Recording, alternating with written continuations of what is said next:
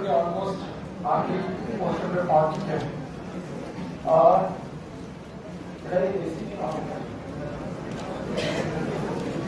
Okay, तो बात यहाँ तक थी कि भाई सेक्सुअल रिप्रोडक्शन के 3 इवेंट हैं। जब कभी भी हम लोग सेक्सुअल रिप्रोडक्शन की बात करेंगे, there are 3 events. One is known as pre-fertilization.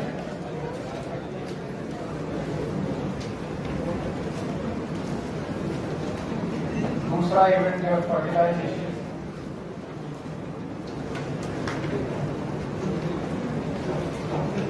और तीसरा इवेंट है पोस्ट फर्टिलाइजेशन।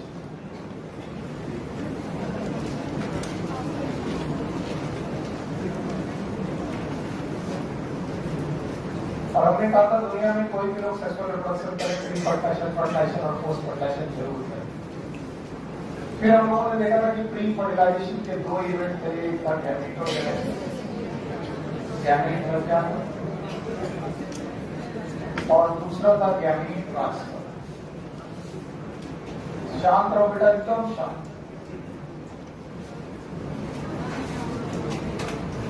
और चक्कर में अब तक हम लोग केवल इन 2 प्रोसेस पे उलझे रहे, या तो गैमेटोजेनेसिस देखते रहे या तो गैमीट ट्रांसफर देखते रहे। गैमीट ट्रांसफर देखते देखते हम लोग अंततः पॉलन पिस्टिल इंटरेक्शन तक पहुंचे। ये हमारे कुछ आखिरी टॉपिक्स में से एक टॉपिक था, पॉलन पिस्टिल इंटरेक्शन। और तब हमने जाना था कि कैसे पॉलन ग्रेन जिसमें कि मेल गैमीट है और वो भी मेल गैमीट, 2 मेल गैमीट है, कैसे पॉलन ग्रेन जर्नी चालू करता है और हमारे एम्ब्रियो साइट में जहां पर बेटा एग है, that is known as female gamete, यहां तक पहुंचता है। और इस पॉलन पिस्टिल इंटरेक्शन के भी मैंने 3 इवेंट आपको पढ़ाए। उनमें से मैंने पढ़ाया था हमारी जर्मिनेशन, ट्रांसमिशन और एंट्री। 2 तरीके की पढ़ाई मैंने, एक तो एंट्री इनटू ओव्यूल और दूसरा into embryo site. Embryo site में एंट्री बेटा हमेशा किसके पास होती, ये टॉपिक हम लोग पढ़ चुके हैं। तो बेसिकली हम लोग प्री फर्टिलाइजेशन इवेंट को पढ़ चुके हैं। अब बचता है fertilization. Fertilization in angiosperm, it is known as double fertilization. ये हमारा टॉपिक होना चाहिए। अगर मैं एंजियोस्पर्म में फर्टिलाइजेशन की बात करूं तो फर्टिलाइजेशन का मतलब क्या है एंजियोस्पर्म में, उसको हम लोग एक शब्द से बोलते हैं, मतलब ये दोनों बातें बोलते हैं। नंबर 1 डबल फर्टिलाइजेशन, यानी फर्टिलाइजेशन एंजियोस्पर्म का अपने आप में एक बड़ा इवेंट है और इस बड़े इवेंट को हम लोग डबल फर्टिलाइजेशन के नाम से जानते हैं।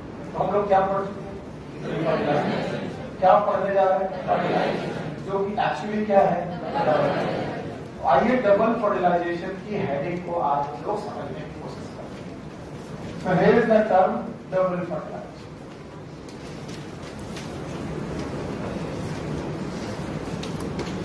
पहले कुछ पॉइंट है जो डबल फर्टिलाइजेशन से आपको जानने चाहिए। पहला पॉइंट यह है कि double fertilization term it was given by नवासी।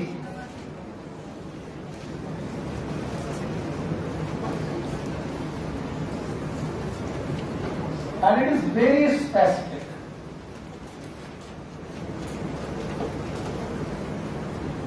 बहुत स्पेसिफिक है, ओनली प्रेजेंट इन एंजियोस्पर्म।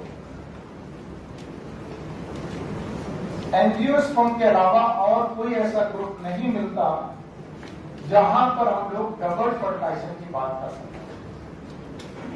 हम डबल फर्टिलाइजेशन की बात नहीं करते हैं। अब मैं डबल फर्टिलाइजेशन को आपकी नजरों से देखना चाहता हूं और मैं बताना चाहता हूं कि जब हमने एम्ब्रियो साइट पढ़ा था तो क्या पढ़ा था, याद है?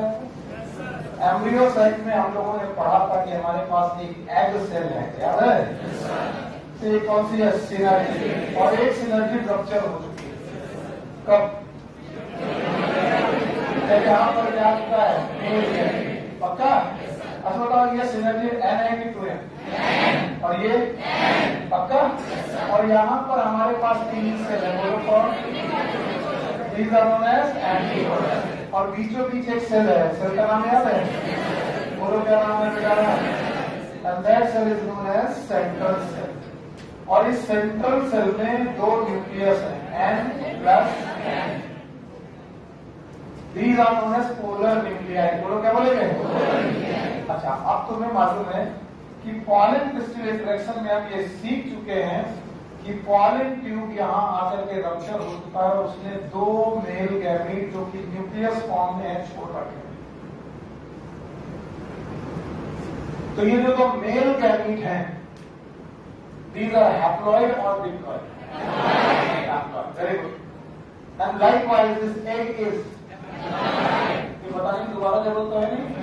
ये एग है, ये सिनेर्जिड है, ये सिनेर्जिड बची है कि रप्चर हो गई है. ये सेंट्रल सेल है, यहाँ N प्लस N है, ये एंटीपोडल सेल है. और ये जो मेल गैमीट आए हैं, ये क्या करने वाले हैं, यही कमाल की बात है. इनमें से ये मेल गैमीट इस वाली एग सेल के न्यूक्लियस के साथ फ्यूज हुआ. बताओ ये क्या था? N. और ये क्या था? N. और N और N क्या बना? 2N.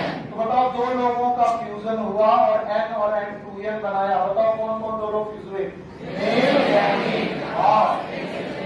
मेल गैमीट और एग सेल फ्यूज हुए.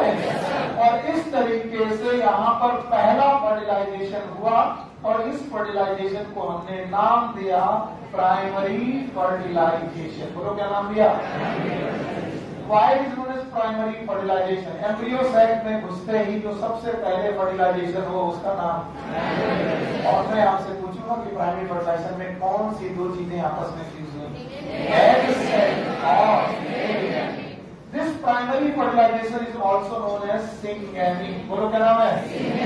और भाइयों बहनों syngamy मैंने पहले पढ़ाया था. बोला था plasmogamy and karyogamy when takes place simultaneously. It is known as syngamy. Cytoplasm का फ्यूजन और न्यूक्लियस का फ्यूजन अगर साथ साथ हो जाए तो क्या बोलते हैं? ये मैं पढ़ा रखा. तो पहला मेल गैमीट फीमेल गैमीट के साथ फ्यूज हुआ. तो अब आपके सामने N और 2N करके दो स्ट्रक्चर 2N बने, मतलब एक स्ट्रक्चर बना. N और N करके बोलो कौन सा? 2N. और इस 2N स्ट्रक्चर का नाम रखा गया जाइगोट. बोलो. तो अभी आपको देखने की जरूरत है कि जाइगोट कैसे बना. कैसे बना? Primary fertilisation. बोलो. Thank you very much. Primary fertilisation से बना. अच्छा, प्राइमरी फर्टिलाइजेशन का दूसरा नाम और सिंगमी से क्या बना? जाइगोट. और जाइगोट N था कि 2N? अब जो दूसरा न्यूक्लियस था it proceed toward the polar nucleus. एक मेल गैमीट तो यहां चला गया, दूसरा पोलर न्यूक्लियस के पास गया. और जो पोलर न्यूक्लियस के पास गया तो खुद था N. बताओ ये N, ये N, ये N कितने हैं?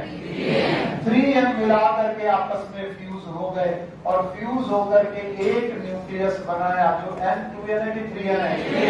And this 3N nucleus it is known as PEN. It is known as primary endospermic nucleus. कैसे बोलो? It is known as primary endospermic nucleus. और जो ये प्राइमरी एंडोस्पर्मिक न्यूक्लियस है इट इज N 2N की 3N. याद रखना, जब ये तीन न्यूक्लियस आपस में फ्यूज हो रहे थे तो ये तीनों न्यूक्लियस के फ्यूज होने की वजह से इस इवेंट का नाम रखा गया triple fusion. Why is known as triple fusion? पता नहीं. क्योंकि यहाँ पर कितने न्यूक्लियस फ्यूज हुए? पोलर न्यूक्लियस से दोनों न्यूक्लियस फ्यूज हो गए और मेल न्यूक्लियस गया तो पहले से एक और गया. टोटल कितने हो गए? 3. तीनों फ्यूज होकर के ट्रिपल फ्यूजन किया. ट्रिपल फ्यूजन करने के बाद यहाँ पर 3N स्ट्रक्चर बनाया और 3N स्ट्रक्चर का नाम PEN है. और इस PEN primary endospermic primary endospermic nucleus. और याद रखना, जब ये ट्रिपल फ्यूजन हुआ इसी ट्रिपल फ्यूजन को हमने नाम दिया सेकेंडरी फर्टिलाइजेशन. बोलो क्या नाम दिया? Secondary fertilization. याद रखना, प्राइमरी फर्टिलाइजेशन पहले हो चुका है. कहां पर हुआ था? प्राइमरी फर्टिलाइजेशन पहला फर्टिलाइजेशन था और ये वाला कैसा है? सेकेंडरी. बताओ सेकेंडरी फर्टिलाइजेशन का दूसरा नाम और प्राइमरी फर्टिलाइजेशन का दूसरा नाम और सिंगमी के प्रोडक्ट का नाम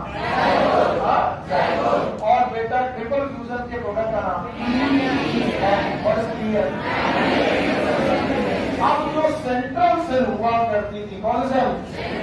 अब इनमें चेंज आया और सेंट्रल सेल ने अपना नाम रखा PEC। What is PEC? Primary endospermic cell. Primary endospermic cell, ये क्या? Primary endospermic. और जैसे ही फर्टिलाइजेशन खत्म हुआ, कितने फर्टिलाइजेशन हुए? 2। एक कौन? प्राइमरी फर्टिलाइजेशन, दूसरे कौन? सेकेंडरी। अब इस एम्ब्रियो सेल में कुछ चेंजेस चालू हुए। क्या चेंजेस चालू हुए? बहुत ध्यान सुनिएगा।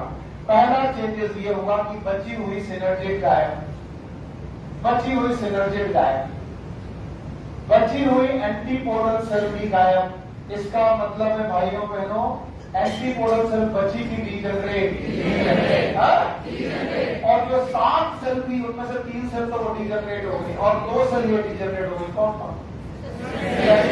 बोलोगे नहीं? सॉरी, पहले बताओ, ऊपर वाली तीनों सेल बची की डीजनरेट, ये किसके वजह से हुआ? फर्टिलाइजेशन। और ये दोनों सिनर्जी क्या हो गई? ये भी डीजनरेट हो गई। अब बची एक सेल, नाम बताओ? जाइगोट। और बाकी बची हुई सेल जो बची है, that is known as primary endospermic cell. बोलो क्या नाम है? What is PEC? बोलो क्या? Primary endospermic cell. तो बताओ, आफ्टर फर्टिलाइजेशन, दोनों फर्टिलाइजेशन के बाद 7 सेल और 8 न्यूक्लियस वाला स्ट्रक्चर में कितनी सेल बची? 7 सेल, 2 सेल। एक कौन?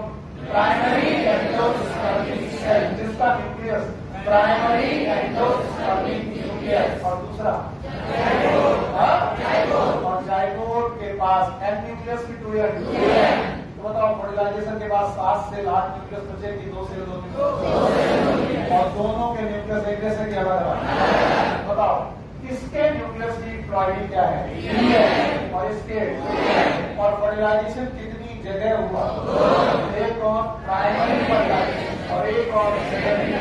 और प्राइमरी फर्टिलाइजेशन और सेकेंडरी फर्टिलाइजेशन को कंबाइंड रूप से क्या बोला गया? Y double. डबल मतलब जब एम्ब्रियो सैक में कितनी बार फर्टिलाइजेशन हो जाए, इसे क्या बोलेंगे? डबल। और डबल फर्टिलाइजेशन के प्रोडक्ट आपके सामने, क्या आप बता पाओगे? इससे बेहतर है अपने दिमाग में पहले 7 सेल और 8 न्यूक्लियस का एक एम्ब्रियो साइट बनाओ, अपने दिमाग में बनाओ। दिखाई पड़ रहा है? 3 एंटीपोडल सेल, 3 एगाप्रेटस की सेल, 1 सेंट्रल सेल। आप इनमें फर्टिलाइजेशन करने के लिए पॉलन ट्यूब पहुंचा है, पॉलन ट्यूब सिनर्जी में पहुंचा है। एक सिनर्जी में, दोनों में एक बस हुआ है। 2 मेल गैमेट पहुंचे। इन 2 मेल गैमेट का धीरे धीरे फर्टिलाइजेशन सीखो। पहला फर्टिलाइजेशन एग सेल से होगा। बताओ, N और N2N स्ट्रक्चर बनेगा। अगर N और 2N स्ट्रक्चर बनेगा, क्या बनेगा? ये फर्टिलाइजेशन पहला है। दूसरा और क्या बना? सिंगेमी। प्राइमरी फर्टिलाइजेशन एक ही बात है, प्रोडक्ट का नाम जाइगोट, N2N। जैसे ही फर्टिलाइजेशन हुआ, बाकी बची सिनर्जी बची की degenerate.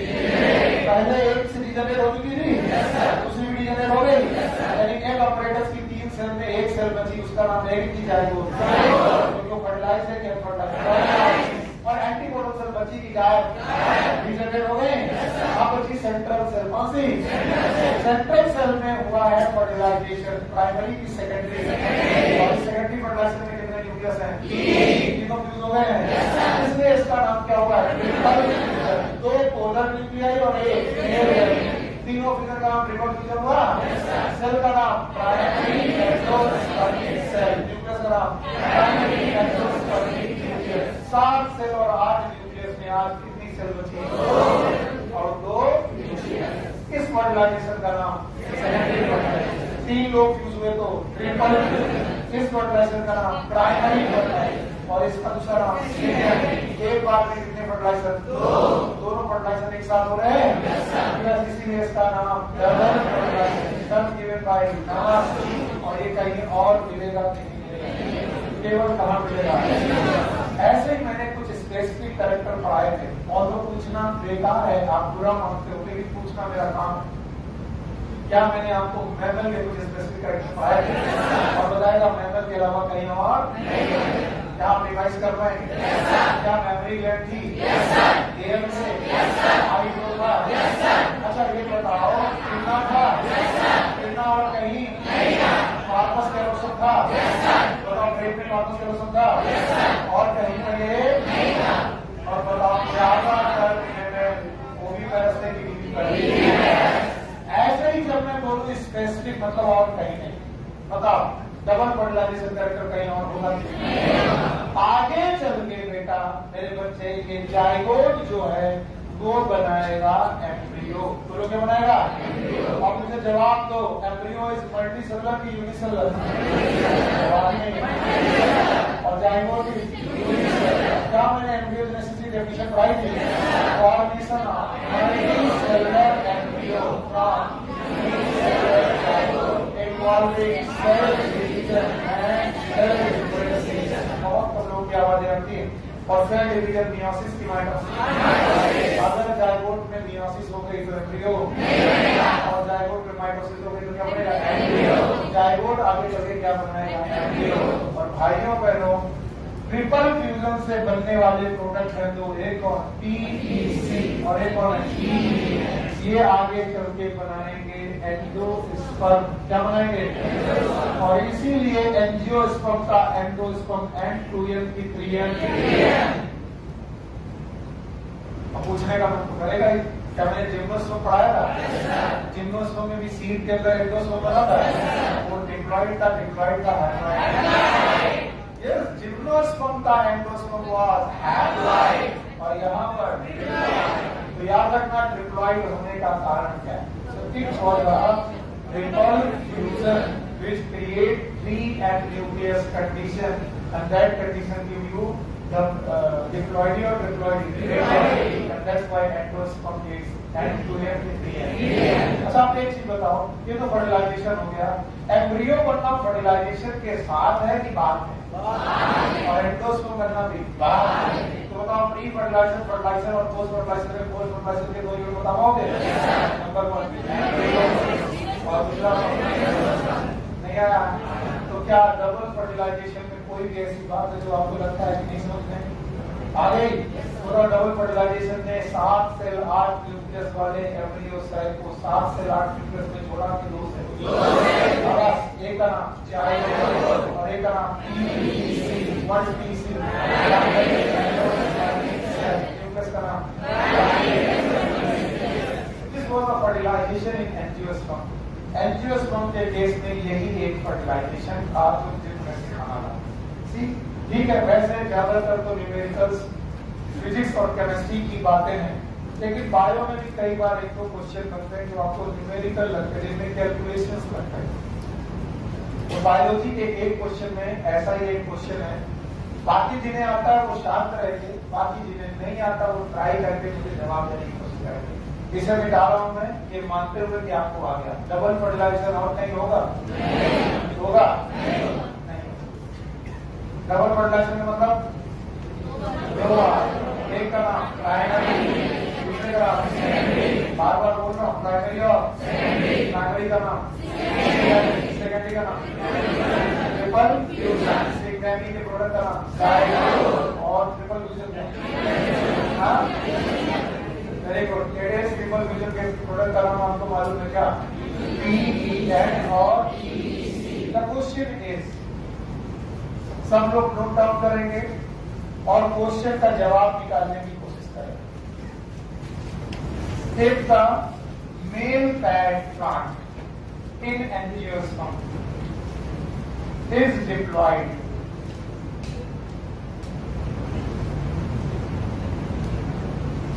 and the female plant is tetraploid, then what will be the ploidy of endosperm by this pollination and fertilization? अगर मेल डिप्लॉइड है और फीमेल बेटा प्लांट 4N है, तो what is the ploidy of endosperm of this pollination and fertilization. इस तरीके के ये मेल और फीमेल आपस में पॉलिनेशन फर्टिलाइजेशन करें तो क्या पॉइंट होगी? यस यस, क्या क्या आंसर है? 4 है कि 5 है? 5 है। और किसी का कोई आंसर? और किसी का कोई आंसर? फिर मत कहना सर मैं यही बोल रहा था। 6 है। और किसी का कोई आंसर? कितने लोगों को क्वेश्चन ही नहीं आया? आप बताओ, शर्त की कोई बात नहीं, कोई बात नहीं आया। गुड। आप इसको समझने के लिए पहले तो मैं तरीका कॉन्सेप्ट बताऊंगा, फिर उसको ट्रिक में समझाऊंगा। आपको मालूम है ये है स्टेमन। स्टेमन का ये पार्ट फिलामेंट, ये वाला ये मेल का पार्ट फीमेल का। अब आपको मालूम है ये मेल पार्ट एन है कि 2n? तो बताओ इससे बनने वाला pollen grain will be N की 2n? दिमाग सही जवाब दो। पूरी है ये एन की 2n, ये स्पोरोफाइट का पार्ट है। अब बार बार वही चिल्लाओगे तो फिर कहोगे देखो सर इतनी बार चिल्लाते हो लेकिन इसके बाद भी जवाब नहीं आता, इसका मतलब तुम्हें कुछ हो नहीं आता। स्पोरोफाइट में स्पोरोफिल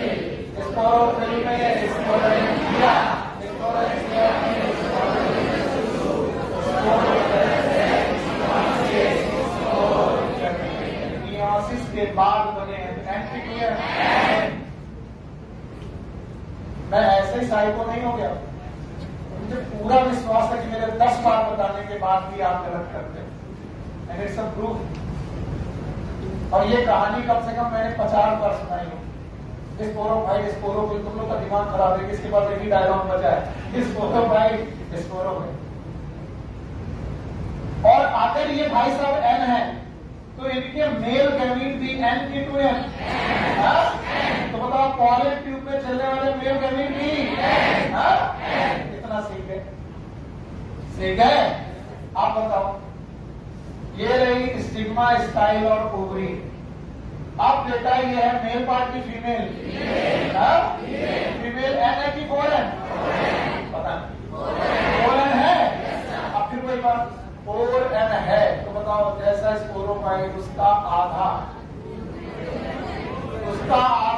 स्पोर, और जैसा स्पोर वैसा एम्ब्रियो सेल। तो बताओ एग सेल एन की 2n, क्योंकि बंदा कैसा था 4n। बताओ ये कैसा होगा 2n, पक्का? और बताओ पोलर न्यूक्लियाई जो है वो एन की 2n 2n प्लस। ये किसको लोगों को नहीं समझ में आया? फिर से भाइयों बहनों, ये रहा embryo sac. Embryo sac female के अंदर बनता है, लेकिन फीमेल के अंदर किसके बाद बनता है? मियोसिस। और मियोसिस के बाद बना तो प्लाइडी जो भी है उसका आधा हो जाएगी। प्लाइडी कितनी थी? 4n। तो 4n की प्लाइडी आधी हो जाएगी। इसका मतलब एग सेल कितनी होगी? सिनर्जिक बोलो, ये synergic antipodal cell, polar nuclei का हर न्यूक्लियस 2n प्लस। पक्का? आप बताओ एंडोस्पर्म बनाने जा रहे हैं। अब देखें एंडोस्पर्म बनाने जा रहे हैं। एंडोस्पर्म बनाते वक्त ये पॉलन ट्यूब यहाँ पहुंचा और इसने गैमीट छोड़ दिए। अब बताओ एक फर्टिलाइजेशन ये हुआ, कौन सा? प्राइमरी। और एक ये वाला फर्टिलाइजेशन हुआ एन। बोलो क्या है? और बोलना भी सर नहीं मालूम था। बताओ ये एन था, मेल गैमीट एन। तो बताओ पहुंचने वाला गैमीट एन। तो आप बताओ 2n 2n एन। तो बताओ PEN क्या बना? 5n। बोलो। तो बताओ एंडोस्पर्म इसी से बनेगा, और अगर एंडोस्पर्म इसी से बनेगा तो क्या होगा? 5n। आंसर क्या होगा? इतना तो एग्जाम में टाइम मिला नहीं। इतना तो तुम करते रहे तो तुम्हारा एक क्वेश्चन गया, और बायोलॉजी में इतना टाइम लगाना बेवकूफी। सो याद रखना है फीमेल की जो भी प्लॉइडी है वो उसके पोलर न्यूक्लियाई में झलकती है। बताओ फीमेल की प्लॉइडी क्या था? और ये क्या था? 2n plus. इसका मतलब है अगर तुम्हें एंडोस्पर्म की प्लॉइडी चाहिए एंडोस्पर्म की अगर आपको प्लॉइडी चाहिए, ये ट्रिक है, चाहे वो दो फार्मूला, आप लोग फार्मूला बहुत रखा मानते हो ना, तो एंडोस्पर्म की प्लॉइडी बराबर ploidy of female ploidy of female plant plus half of the ploidy of male plant. बस इन्हें जोड़ दो, एक बार में आ जाएगा। ये है फॉर्मूला, करके देखो। बताओ हमें एंडोस्पर्म की प्लॉइडी चाहिए, बताओ प्लॉइडी ऑफ फीमेल प्लांट कितनी है, 4 है, उसको एज इट इज रख दो, plus half of the ploidy of male plant. Male plant कितना था, इसका हाफ क्या हुआ, बराबर 5। अभी भी नहीं आया, क्यों? क्योंकि बेटा पोलर इम्प्लॉय में वही प्लॉइडी झलकेगी जो फीमेल की प्लॉइडी है। n+n होगा अगर 2n होगा तो n+n, 4n होगा तो 2n+2n, 6n होगा तो 3n+3n। What my point? और मेल अपनी हाफ प्लॉइडी के साथ वहां जुड़ेगा, तो बताओ यहां पर 2n+2n+n, it is known as 5n। चलिए इसी क्वेश्चन को उल्टा कर देते हैं। करो, if the female plant is 2n and the male plant is 4n, what will the ploidy?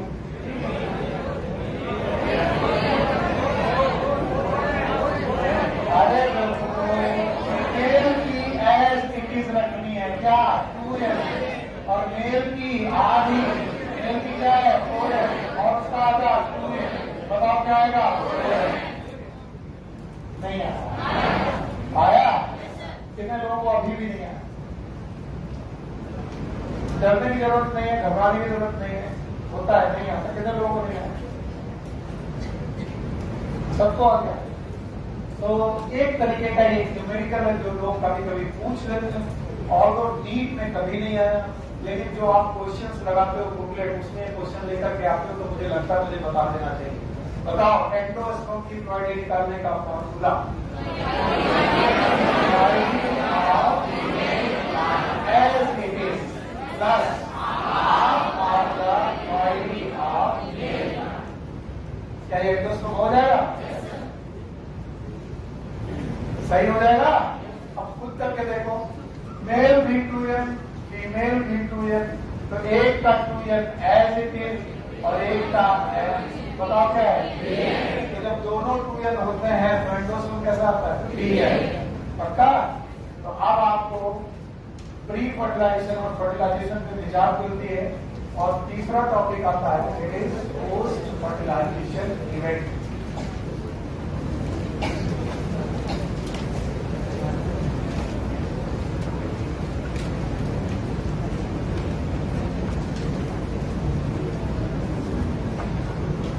These are known as post fertilization events। Fertilization के बाद होने वाले इवेंट्स, और इनमें से 2 इवेंट हैं जो फर्टिलाइजेशन के बाद होने हैं। एक है एम्ब्रियो फॉर्मेशन,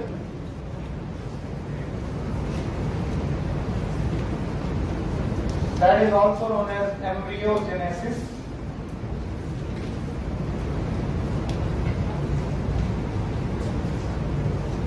और दूसरा है एंडोस्पर्म फॉर्मेशन।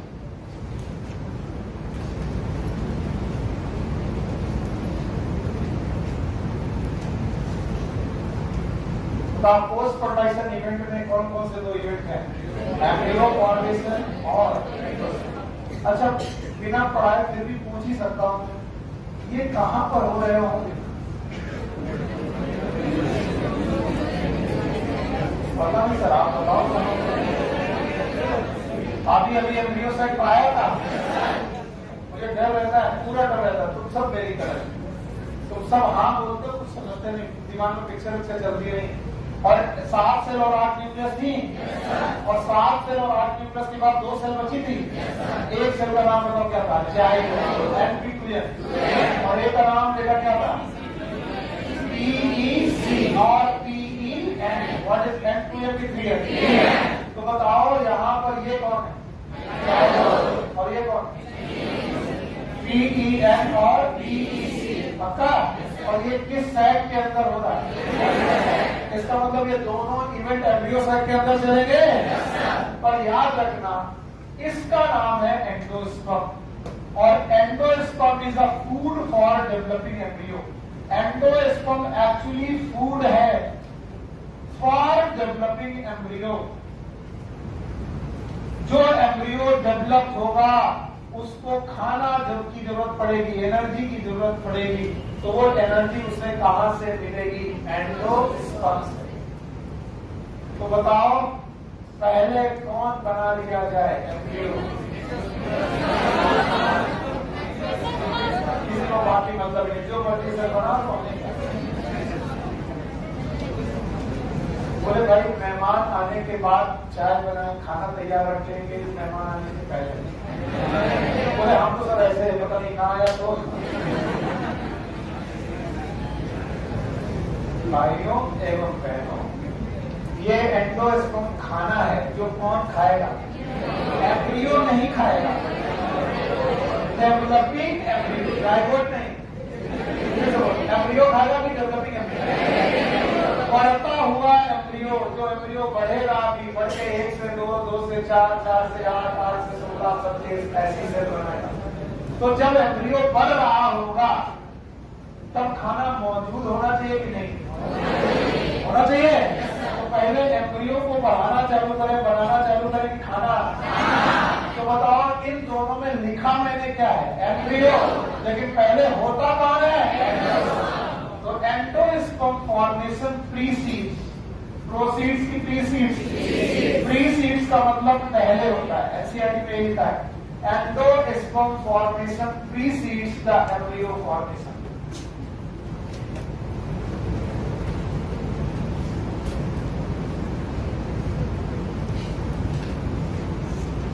तो एम्ब्रियो बनने के लिए खाने की जरूरत है और खाना है एंडोस्पर्म। तो पहले एम्ब्रियो बनेगा कि पहले खाना बन जाएगा? कौन सा खाना? तो एंडोस्पर्म नाम का खाना बन जाएगा और इसको खाएगा कौन? एम्ब्रियो। तो which event will take place first? पक्का? तो पहले एंडोस्पर्म बनेगा फिर क्या बनेगा? और सौभाग्य की बात करो या दुर्भाग्य की बात करो, आज ही हम लोगों ने सीड और फ्रूट को खत्म किया है। तो क्या हम लोग इस टॉपिक से बच सकते हैं? नहीं सर। तो रिवाइज करोगे पूरा पढ़ो, पूरा पढ़ो। अरे जब सीड है ही तो ऑनलाइन वाले लोग सीड में जाकर के और फ्रूट में जाकर इसे देख रहे हो, ऑनलाइन देख रहे हैं। और ऑफलाइन तो सुबह से लेकर आप पढ़ाया है, what is seed, what is fruit, पढ़ाया है? नहीं पढ़ा? अरे तो वीडियो देखो। अच्छा बताओ, छोड़ो कोई बात नहीं, सभी तो होगा। पोस्ट फर्टिलाइजेशन इवेंट में कितने इवेंट? दोनों है। पहला एम्ब्रियो बनेगा कि एंडोस्पर्म? आओ भाई इनके लिए पहले एंडोस्पर्म फॉर्मेशन सीखते हैं, वरना ये दुखी हो जाएंगे। एंडोस्पर्म फॉर्मेशन ये पहले होगा और कहां होगा वो भी देखने की जरूरत है। Yes, here is 2n nucleus, that is zygote. पर बाकी बचा हुआ न्यूक्लियस इट इज Pn और this cell is known as PEC। बेटा शांत, एकदम शांत।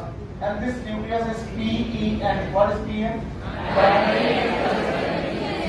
पक्का? चलो पर what is pre nuclear division?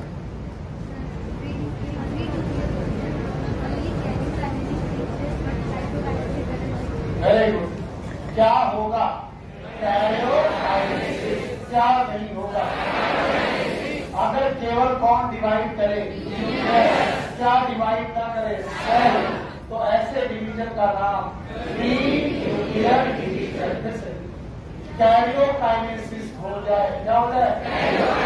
और क्या ना हो? तो होता यूं है कि जाइगोट एक कोशिका है, PEC भी एक कोशिका है, PEN भी एक न्यूक्लियस है, लेकिन PEN में चालू हो जाते हैं प्री न्यूक्लियर डिवीजन। अभी जाइगोट को मैं नहीं छेड़ रहा हूं, ये रहा जाइगोट को, लेकिन PEN डिवाइड होने लगता है और डिवाइड होकर के केवल न्यूक्लियस डिवाइड होना लगता है और डिवाइड होकर के 1000 ऑफ न्यूक्लियस बना देता है, हजारों न्यूक्लियस बना देता है।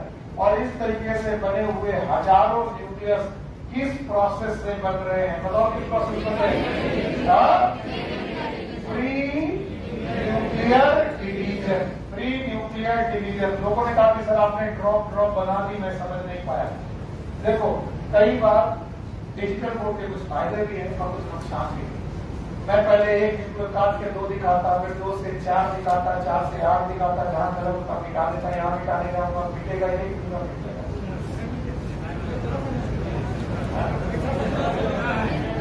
और भी है तो हम थोड़ा दूर है बेटा, और उसके चक्कर में रहेंगे तो क्लास डिस्टर्ब ना बाबू। टेक्नोलॉजी से हमको दूर रखो। जब से दुनिया में टेक्नोलॉजी बढ़ती जा रही है, आदमी का मसीह ज्यादा होता जा रहा है। तालाब में जो नहाने मजा था वो स्विमिंग पूल में, हाँ वो क्या जाने जिन्होंने तालाब में नहाया नहीं। जब तक 2-4 घरों के नालों का पानी अपने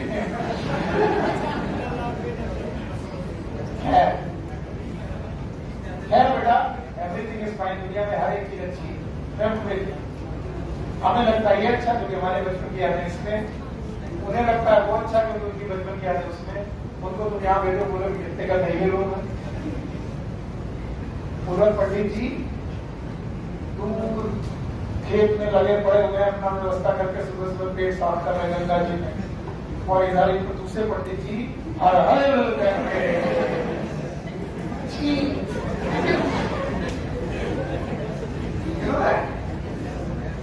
अपना कमंडल में गंगा जल भरना है और देवी को भी चढ़ा रहे हैं। ये सब श्रद्धा है। अगर श्रद्धा है तो एवरीथिंग इज फाइन। श्रद्धा है तो तालाब में कूद जाओगे, कोई दिक्कत नहीं। और नहीं है तो फिर स्विमिंग पूल में भी लगेगा किसी ने।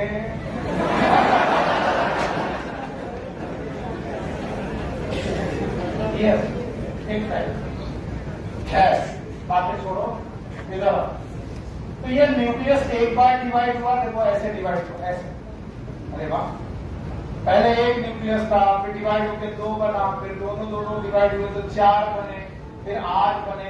बताओ क्या डिवाइड होता जा रहा है? न्यूक्लियस। क्या डिवाइड नहीं हुआ? और बताओ इस तरीके के डिवीजन का नाम क्या हो रही है? क्या नहीं हो रही है? और इस तरीके से यहाँ पर फ्री न्यूक्लियर बन रहा है। 1000 of free nuclei, 1000 of free nuclei, हजारों फ्री न्यूक्लियाई बन चुके हैं। और इस समय पर इन फ्री न्यूक्लियाई के चारों तरफ फूड स्टोर होने लगा है। And now this endosperm is known as free nuclear endosperm. बोलो क्या नाम है? It is known as free nuclear endosperm. लगभग सारे एंडोस्पर्म के फॉर्मेशन के दौरान ये फ्री न्यूक्लियर एंडोस्पर्म वाली स्टेज आती है। और ऐसा endosperm it is a liquid in nature. कैसे नेचर का होता है? वो बोलते हैं फ्री न्यूक्लियर एंडोस्पर्म वैसे तो बचता ही नहीं है, लेकिन नेचर भी क्या गजब चीज है। उसने हमें फ्री न्यूक्लियर एंडोस्पर्म के दर्शन कराए। बोले जाओ और कोकोनट वाटर को पियो। जो कोकोनट वाटर है, actually coconut water is water और एंडोस्पर्म। और कैसा एंडोस्पर्म है? Free nuclear endosperm. कैसा एंडोस्पर्म? फ्री न्यूक्लियर एंडोस्पर्म है। अच्छा, कल मैंने फ्रूट पढ़ाया था। अच्छा बताओ, फ्रूट क्या होता है? पहली काप होता है, 3 लेयर होती है। हैप्पी काप किसको कहा? आपने कोकोनट देखा था? हैप्पी काप निकाली थी, किसको काप निकाली थी? एंडोकार्प हार्ड थी और उसको भगवान के यहाँ पर तोड़ा था। अगर एंडोकार्प के अंदर क्या होना चाहिए? सीड। तो बताओ, नारियल फोड़ने के बाद एंडोकार्प के अंदर से जो पानी निकलता है वो किसका पार्ट है? सीड का। और सीड का पार्ट क्या है? एंडोस्पर्म। किसी ने कल मुझसे पूछा था नारियल में खाते क्या है? फ्रूट खाते हैं किसी part of seed, that is endosperm. नहीं आया? अगर मैं बोलूं the truth in which we eat mesocarp of the fruit, and the true fruit in which we eat the seed of the fruit. दोनों ट्रूथ हैं, लेकिन एक का क्या भाग है? mesocarp, और एक का क्या कार्य? Endocarp, that is endosperm. आप सुनो, फ्री न्यूक्लियर एंडोस्पर्म जब हो चुका, फ्री न्यूक्लियर डिवीजन हो चुका, कैरियोकाइनेसिस हो चुकी और साइटोकाइनेसिस नहीं हुई, तो लिक्विड एंडोस्पर्म तैयार हो गया। आज इस लिक्विड एंडोस्पर्म का नाम है, इसका एग्जांपल है कोकोनट वाटर। आज इस फ्री न्यूक्लियर एंडोस्पर्म के चारों तरफ बनने लगी सेल्स, धीरे धीरे सेल्स बनना चालू हो गई। सेल बनना चालू हो गई तो बताओ कैरियोकाइनेसिस के बाद क्या होना चालू हो गया? साइटोकाइनेसिस। बोलो क्या? अगर साइटोकाइनेसिस होना चालू हो गया तो बताओ अभी free nuclear endosperm, free nuclear रहा कि सेलुलर हो गया? और इस तरीके से सेलुलर एंडोस्पर्म बनने लगा। Now this is known as cellular endosperm. तो पहले कौन बनता है? पहले कौन बनता है और फिर कौन होता है? सेलुलर। सेलुलर एंडोस्पर्म का कोकोनट में एग्जांपल है coconut kernel, kernel of coconut. अब आप बोलोगे सर कोकोनट कर्नेल क्या होता है? कच्चा नारियल खाया है? कच्चा नारियल खाया है? वो जो कच्चा नारियल है वो कोकोनट कर्नेल है। क्या बेटा? Coconut kernel. क्या वो भी एंडोस्पर्म है? अब बताओ ऐसा एंडोस्पर्म इज लिक्विड एंडोस्पर्म की सॉलिड? देखो भाई, तुम सुनो ना सुनो, मेरा काम है बताना। अगर मैं इस नारियल को पकड़े दूं तो बताओ इसमें पानी बचेगा कि नहीं? तो क्या पानी इवेपोरेट होता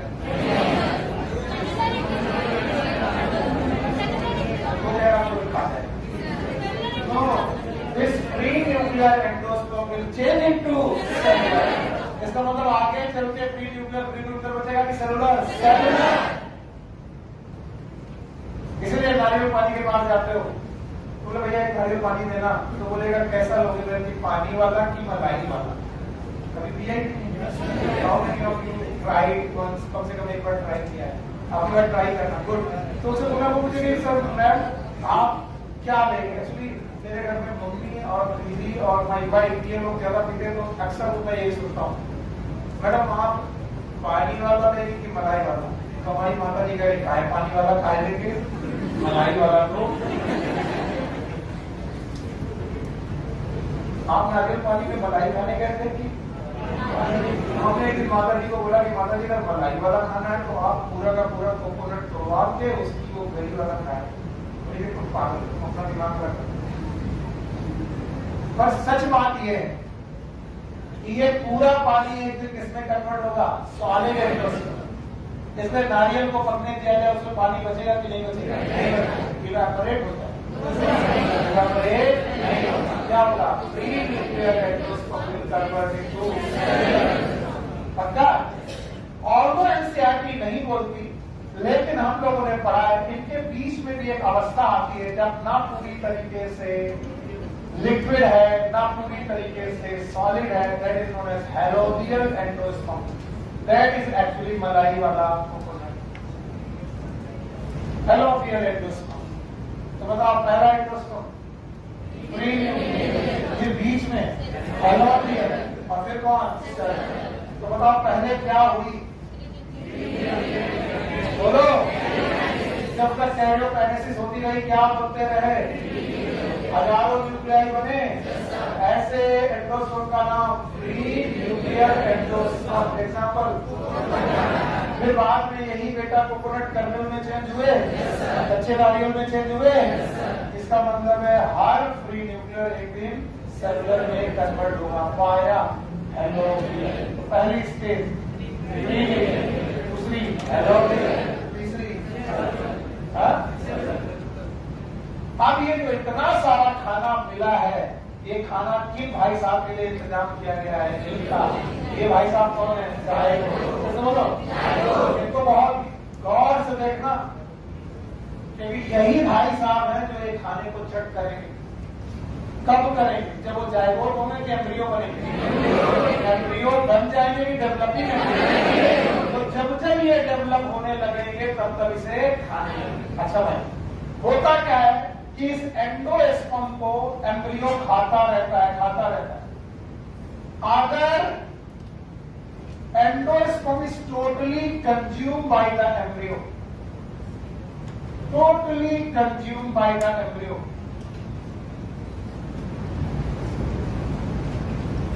एम्ब्रियो के द्वारा एंडोस्पर्म पूरी तरीके से कंज्यूम कर लिया गया, तो बताओ सीड में एंडोस्पर्म बचेगा कि नहीं बचेगा? अरे बेवकूफो, इधर देखो, पीछे वाले इधर तो सही पढ़ते हैं, उधर वाले सो जाते हैं। अगर घर में आए हुए मेहमान ने सारा खाना खा लिया तो हमें खाने को बचेगा कि नहीं बचेगा? सिंपल सी बात, सिंपल बात है। तो भैया वो मेहमान इतना भूखर था कि उसने क्या किया, एंडोस्पर्म पूरा चट कर लिया। आप बताओ, अगर पूरा का पूरा एंडोस्पर्म कंज्यूम हो गया तो ऐसे सीड में एंडोस्पर्म होगा कि नहीं होगा? ऐसे सीड क्या कहलाएंगे? Endospermic seed. बोलो क्या नाम है? Non endospermic seed, and these are also known as, आज नाम बताया था, they are also known as X albuminous seed. X albuminous seed, बस इनका एग्जाम्पल आज नहीं बताया, तो आप सुन लो। फैमिली फैबेसी, कौन सी फैमिली? पूरी की पूरी एक्स एल्बुमिनस है। कैसी है? एक्स। और फैमिली फैबेसी में टोपी वाले बोलो, पी ग्राम, याद है? सोयाबीन, ये सब इट इज एल्बुमिनस की एक्स एल्बुमिनस? एंडोस्पर्मिक की नॉन एंडोस्पर्मिक? Non endospermic. और बच्चों इधर लिख रहा हूं, if endosperm not consumed by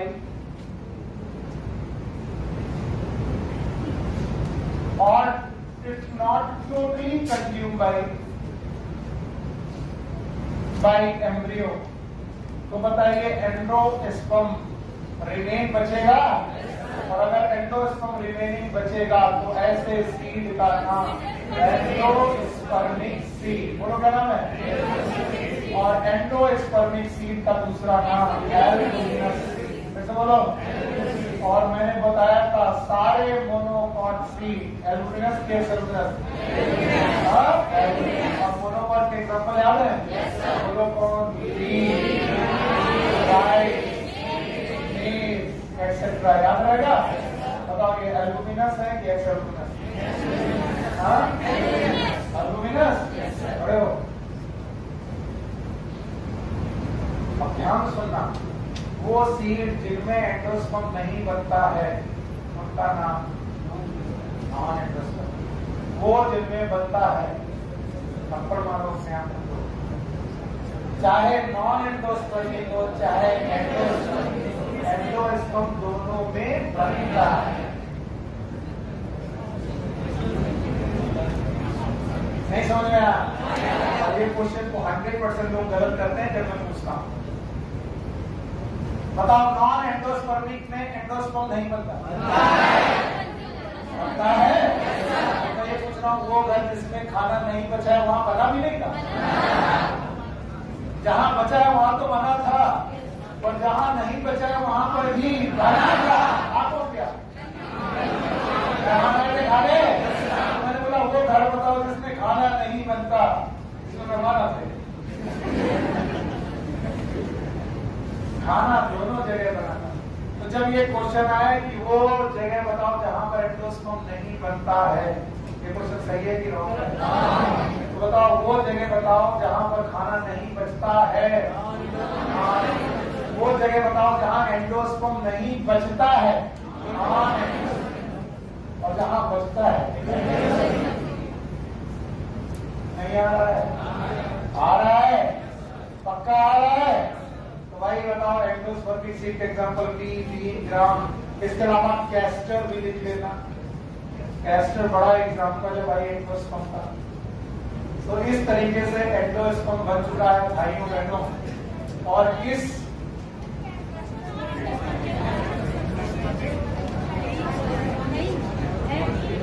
castor non endosperm, castor non endosperm कौन सा है? लिखा है? कहाँ लिखा है?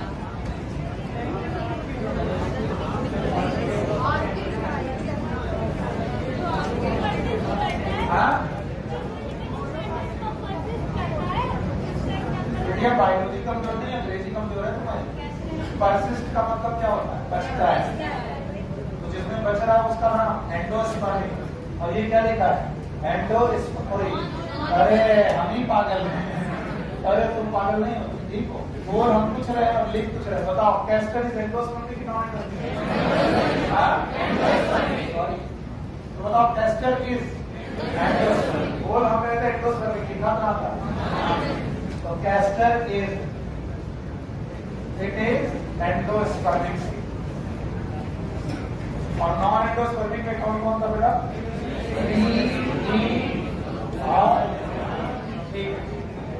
आप इस डायग्राम को अच्छे से देखो, बहुत अच्छे से देखो इस डायग्राम, क्योंकि इस डायग्राम के चारों तरफ मैं कुछ बनाने वाला हूं और फिर मैं आपसे पूछूंगा कि मैं क्या करने जा रहा हूं।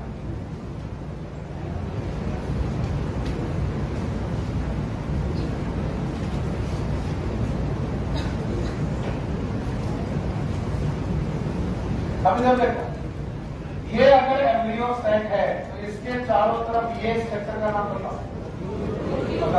बोलो, आउटर अटैचमेंट और इनर अटैचमेंट हो गया? यस और नो? अब देखना, ये एम्ब्रियो सेट है तो बताओ एम्ब्रियो सेट के जाइगोट किस रीजन पे होता है? माइक्रोपाइलर की सेलेर? इसका मतलब जाइगोट महोदय जो है ये एम्ब्रियो में बनने वाले हैं।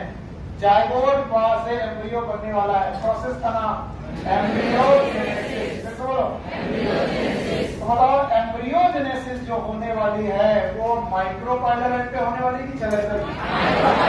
और अगर माइक्रोपाइलर एंड में होने वाली है तो एपिकल रीजन में होने वाली है कि बेसल? बेसल की एपिकल? क्योंकि माइक्रोपाइलर के एपेक्स और बेस नहीं आया। और अभी भी मैं डायग्राम हटाऊंगा नहीं जब मैं लिखाऊंगा व्हाट इज एम्ब्रियोजेनेसिस। तो पहला पॉइंट एम्ब्रियोजेनेसिस की डेफिनेशन में पिछली क्लास में पढ़ा है। What is embryogenesis? Multicellular embryo from unicellular zygote involving cell division. दो प्रोसेस होते हैं, एक कौन? सेल डिवीजन और एक कौन? सेल डिवीजन और एक दूसरा कौन? Cell division. अच्छा, एक और अनाउंसमेंट है। बच्चे बहुत थोड़ा घबरा रहे हैं। घबराने का कारण ये है कि उनको लगता है कि सर मॉर्निंग की क्लास के बाद इवनिंग क्लास थोड़ी मुश्किल पड़ रही है। और कई बार बच्चे मेरे को फोन भी करते हैं और अलग से भी मिलते हैं। ध्यान से सुनना, प्लान क्या है मैं बता दूं ताकि तुम्हें समझ में आए। उनको लगता है अगर मार्च तक इवनिंग क्लास चलती रही तो मैं सुबह से लेकर शाम तक केवल पढ़ता रहूंगा, घर में रिवाइज नहीं करूंगा। जबकि मेरा प्लान है कि इवनिंग क्लास नवंबर और पूरे दिसंबर तक मैं लेना चाहता हूं मिनिमम। इस नवंबर में यूनिट में आपको तीसरी माइक्रोब वाली यूनिट निपटा दूंगा और दिसंबर में यूनिट 5 निपटा दूंगा, दैट इज इक्वालिटी। ध्यान सुनना, तो पहली यूनिट चल रही है, चल रही है। ये पहली यूनिट इसी आज नवंबर चालू हो गया, तो नवंबर के अंदर पहली यूनिट और साथ में माइक्रो वाली यूनिट बड़ी नहीं है उसको निपटाने की कोशिश करूंगा। और दिसंबर के अलावा अगर थोड़ा टाइम मिला तो जन के पहले वीक तक आते आते मैं तीसरी, पांचवी और पहली यूनिट निपटा दूंगा। जब पहली, तीसरी, पांचवी यूनिट निपट जाएगी तो अब एक यूनिट बचेगी, दूसरी जो है जेनेटिक्स से रिलेटेड और एक है चौथी जो है बायोटेक्नोलॉजी से रिलेटेड। ये जेनेटिक्स और बायोटेक्नोलॉजी को मैं एक साथ डील करूंगा। तब तक जब तक मैं ये 3 यूनिट यहां निपटा चुका होगा, सोचो जरा 3 ही यूनिट या फिर 3.5 या 4 यूनिट में एनसीईआरटी मंथ की निपटा चुका होगा, मैं प्लांट फिजियोलॉजी में होगा। किसमें होगा? तो प्लांट फिजियोलॉजी में अगर चल रहा होगा तो प्लांट फिजियोलॉजी जनवरी तक आते आते कंप्लीट हो रही होगी। अब बचेगा फेब, मार्च। फेब और मार्च में मेरे पास करने के लिए केवल 2 चीजें होंगी। एक महीना होगा पूरा फरवरी भर जब हम एनिमल फिजियोलॉजी पढ़ेंगे, शाम की क्लास बंद कर देंगे। तब आप फरवरी मार्च में खूब रिविजन करिए घर में बैठ के शाम को, और एनिमल फिजियोलॉजी करेंगे फरवरी भर, और मार्च भर में हम लोग जेनेटिक्स और बायोटेक्नोलॉजी। समझ गए? तो मार्च और मार्च के बाद अप्रैल के पहले वीक तक आते आते, और इसका मतलब है तुम्हें केवल जनवरी तक साल की क्लास चाहिए। और अगर ये लीड मैंने नहीं ली तो इसी जनवरी में आकर के तुमको मेरे को विश्वास खत्म हो जाएगा कि अब इनसे कोर्स नहीं होगा। जैसे टीचर अपने बच्चों को जानता है, बच्चे भी अपने टीचर को जान जाते हैं कि कैसे होने वाला है। सो प्लीज मेरे साथ कंधे से कंधा मिलाकर जनवरी तक तो पहले वीक तक चलिए। क्यों? क्योंकि मैं समय दूंगा रिवीजन का, और जब मैं समय रिवीजन का दूंगा आपको तो बहुत इजी दूंगा कि खूब रिवीजन करो, खूब अच्छा करो, खूब पढ़ाई करो। और अगर हमने मार्च और अप्रैल के पहले वीक में खत्म कर दिया तो ये तो 12 महीने में ना खत्म होने वाला कोर्स भी हम लोगों ने 5 महीने में 6 महीने में खत्म कर दिया। और मार्च के बाद लेकर जब तक मई, ऐसा माना जा रहा 2 मई को एग्जाम होगा, जो कि टलेगा। 2 मई तो नहीं होगा, 15-20 दिन उधर जाएगा।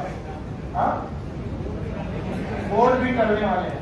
तो ये एग्जाम अगर 20 तक गया, 20 मई तक गया, तो अपने पास मार्च से लेकर मई तक केवल रिवीजन करने का है। और रिवीजन जैसे मैं चाहूंगा वैसे कराऊंगा।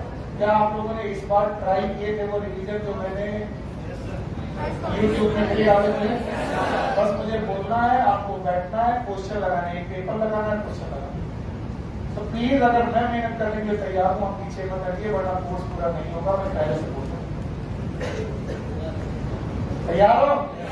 घबराओ मत सर, कब तक चलता रहेगा? अरे अभी चल रहा है, कब खत्म हो जाएगा? मे बी दिसंबर या फिर जनवरी का पहला।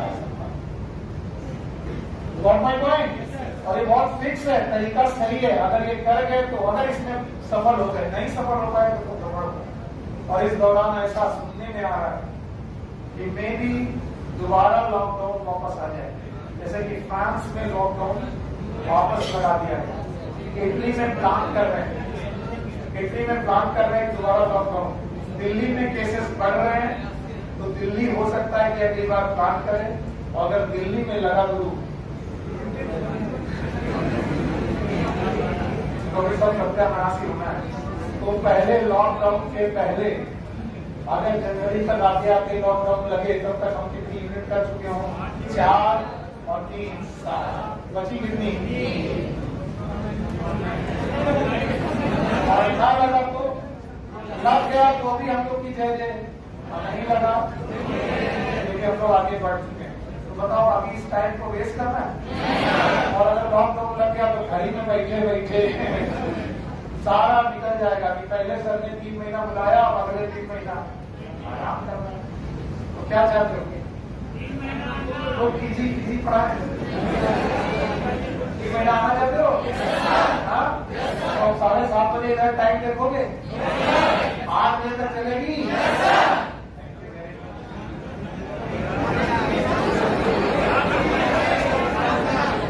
8 बजे तक किसी को प्रॉब्लम है? कौन बहुत दूर से आता है? कहाँ से आता है? अरे तुमको कौन छेड़ेगा यार?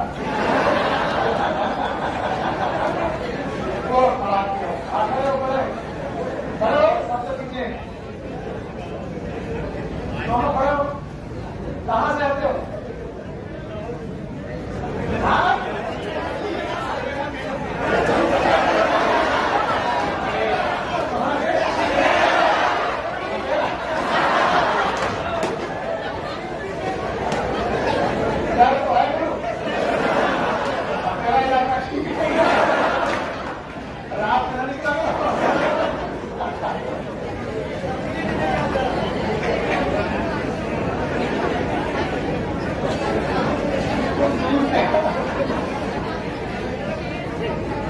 मजाक कर रहे यार, अपने टीचर से मजाक समझ लेता है।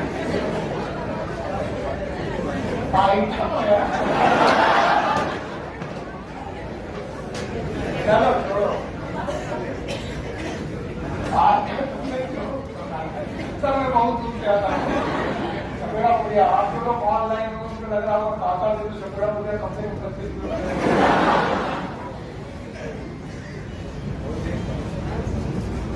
हाँ भाई, तो हम लोगों ने देखा कि जो एम्ब्रियो बन रहा है वो किस एंड पर बन रहा है? माइक्रोपाइलर एंड पे बन रहा है। और ये जो माइक्रोपाइलर एंड है ये एपिकल एंड है कि बेसल एंड? तो एपिकल एंड पर एम्ब्रियो बन रहा है। और इसे समझना बहुत जरूरी है कि एम्ब्रियो कैसे बनता है। एम्ब्रियो बनने के लिए दो ही प्रोसेस है, पहला दूसरा सेल डिवीजन। तो आइए मैं एम्ब्रियो में सेल डिवीजन और सेल डिफरेंशिएशन दिखाने की कोशिश करता हूं। मैं डायग्राम बना रहने दूंगा क्योंकि बेसिक क्वेश्चन है जिसको तुम गलत करोगे और जब तक ये डायग्राम नहीं होगा दिखाई नहीं पड़ेगा। होता क्या है कि जो जाइगोट है इट इज 2M। इस जाइगोट में पहला डिवीजन होता है that you may can call it cleavage. Cleavage शब्द एनिमल के लिए बेटर, यहां पर क्लीवेज की बजाय मैं सेल डिवीजन बोल रहा हूं। पहला सेल डिवीजन होते ही ये सेल 1 से 2 कोशिकाओं में बन जाती है, यानी जो सिंगल सेल थी ये डबल सेल बन जाती है फर्स्ट डिवीजन की वजह से। हमें मालूम है ये सेल डिवीजन मियोसिस होगा कि माइटोसिस। और ऐसे एम्ब्रियो को हम लोग बोलते हैं प्रो एम्ब्रियो। बोलो क्या बोलेंगे? इस प्रो एम्ब्रियो में 2 सेल होती हैं। इस सेल का नाम है एपिकल सेल, ऊपर वाली सेल का नाम एपिकल सेल, और इस वाली सेल का नाम होता है बेसल सेल। तो नीचे वाली सेल का नाम बेसल सेल। हर साल जब मैं इसे एपिकल और इसे बेसल देखता था लोग गुस्सा करते थे, पगला गए हो क्या, ऊपर वाली तो ये। तब उन्हें मैं बताने की कोशिश करता था कि इसको यहां देखने की कोशिश करिए। 1 सेल से 2 सेल बनी, बताओ ये वाली सेल क्योंकि ये माइक्रोपाइलर एंड पर है, माइक्रोपाइलर एंड इज एपेक्स और बेस।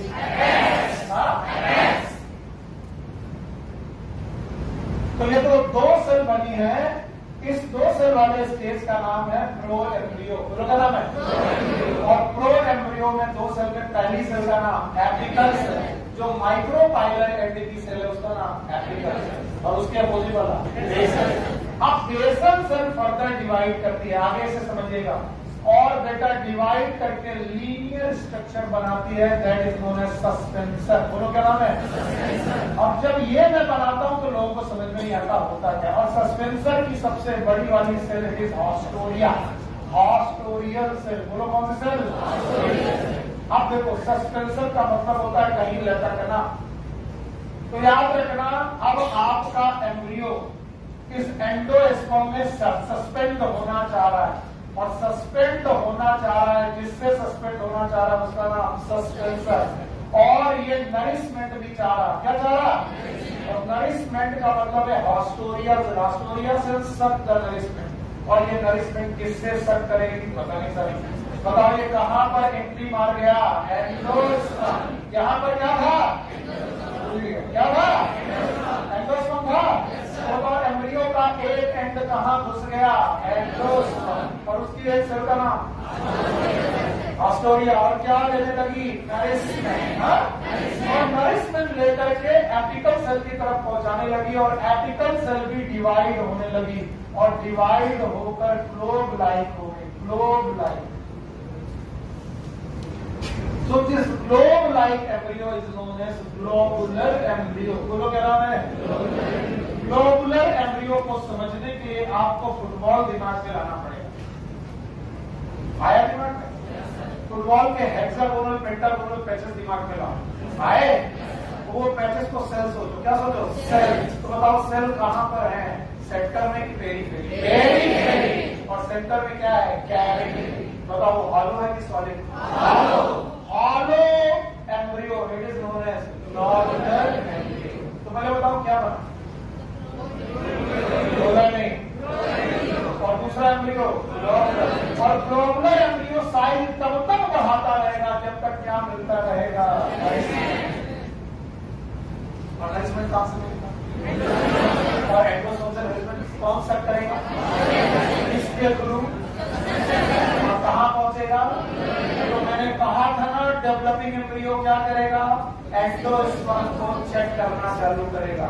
बताया था? बताओ स्टेज का नाम पहले बोलो। जाइगोट से क्या बना? Pro embryo. और प्रो एम्ब्रियो से, और इस दौरान बेटा एंडोस्पर्म धीरे धीरे खत्म होने लगेगा। अगर धीरे धीरे एंडोस्पर्म खत्म होने लगेगा तो उसमें सस्पेंसर के साथ ग्लोबुलर एम्ब्रियो करने लगेगा। अगर आप इतना सीख गए हो तो इस डायग्राम की जरूरत पूरी हो गई।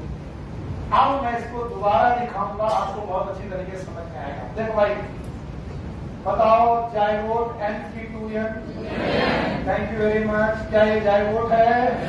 बताइए ये किस एंड पर पड़ा है, चलेंसल की माइक्रोपाइलेरिटी? इसका मतलब एम्ब्रियो भी किस एंड पर बनेगा? माइक्रोपाइलेरिटी से एपिकल और बेसल। पहला सेल डिवीजन होगा, पहला सेल डिवीजन होगा। बताओ स्ट्रक्चर बनेगा, इस स्ट्रक्चर में 2 सेल होगी, इसका नाम प्रो एम्ब्रियो। इस पूरे एम्ब्रियो का नाम प्रो एम्ब्रियो होगा। प्रो एम्ब्रियो की 2 सेल होगी, ऊपर वाली फिर से बोलो, और नीचे वाली एपिकल। वाई नीचे वाली एपिकल? क्योंकि ये किस एम्ब्रियो है? माइक्रोपाइलर। फिर से बोलो, फिर से डिवीजन हो गए। और ऊपर वाली कोशिकाएं एक बेटा लीनियर स्ट्रैंड बनाएंगी। नाम बताओ। सस्पेंसर किसी को सस्पेंड करेगा, और ऊपर वाली सेल का नाम आस्टोरियल सेल। बोलो क्या नाम है? क्या अब आपको दिख रहा है? वो जो यहाँ मैं नहीं दिखा पा रहा, वो दिख रहा है? आस्टोरियल सेल के साथ सस्पेंसर किसमें घुस गया? क्या लेने लगा? नरिशमेंट। और ये नरिशमेंट लेकर के नीचे पहुंचाने लगा। नीचे वाली कोशिकाएं से बिकम ग्लोबुलाइट। बोलो कैसा? और ग्लोबुलाइट्स वाले एम्ब्रियो का नाम बोलो ग्लोबुलर एम्ब्रियो। बोलो क्या नाम है?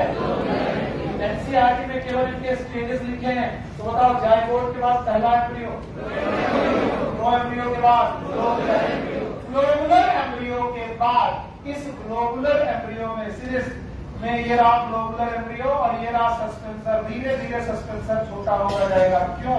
क्योंकि नरिशमेंट जो एंडोस्पर्म का है वो है कि खत्म होने लगा? खत्म होने लगा। जब नरिशमेंट खत्म होने लगा तो ये ग्लोबुलर एम्ब्रियो में इन्वेजिनेशन चालू हो गई। Just feel it.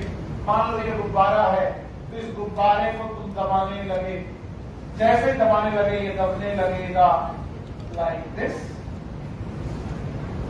और दबाने लगे ये और दब जाएगा लाइक दिस। यस, आपने अपने ग्लोबुलर एम्ब्रियो को थोड़ा सा इन्वेजिनेट किया और इस तरीके से आपको एक नया एम्ब्रियो मिला जिसका शेप हार्ट शेप है। It is known as heart shape embryo. NCERT को छोड़ना मत पढ़ना, ये सारे स्टेजेस केवल लिखे हैं, मैं दिखा रहा हूं। तो मेरे साथ चिल्लाते रहो, जाइगोट से, प्रो एम्ब्रियो से, ग्लोबुलर एम्ब्रियो से, और जब हार्ट शेप एम्ब्रियो बन चुका होगा भाइयों बहनों, अब मैं बना रहा हूँ heart shape embryo. Heart shape embryo जब बन चुका होगा, let's suppose this is a heart shape embryo in total, तब तक सस्पेंसर पूरी तरीके से समाप्त हो चुका है। अब इस हार्ट शेप एम्ब्रियो में एक और इन्वेजिनेशन होगा। जो लोग देख पाएंगे वो तो ठीक है, नहीं देख पाएंगे मुश्किल हो जाएगा, इसलिए मैं यहाँ तक आया। हार्ट शेप एम्ब्रियो में फर्दर इन्वेजिनेशन चालू होंगे। मैं सिखाने की कोशिश कर रहा हूँ, देखने की कोशिश करिएगा। ये अभी तक हार्ट शेप एम्ब्रियो है, लेकिन हार्ट शेप एम्ब्रियो में फिर से इन्वेजिनेशन चालू होंगे लाइक दिस। यहाँ से इन्वेजिनेशन चालू होंगे और इन इन्वेजिनेशन की वजह से आपका heart shape embryo it become like this. Sir ये तो हाइड्रा जैसा कुछ दिख रहा है। अगर नहीं दिख रहा है तो मैं इसको दूसरे कलर से रखने की कोशिश करता हूं। एक स्ट्रक्चर ये बना इन्वेजिनेशन की वजह से, और एक स्ट्रक्चर ये बना इन्वेजिनेशन की वजह से। बीच में गैप है, इट इज नथिंग। और ये बाकी वाला पोर्शन दिस, इस वाले पूरे पोर्शन का नाम है एम्ब्रियोनल एक्सिस। बोलो क्या नाम है? फिर से बोलो।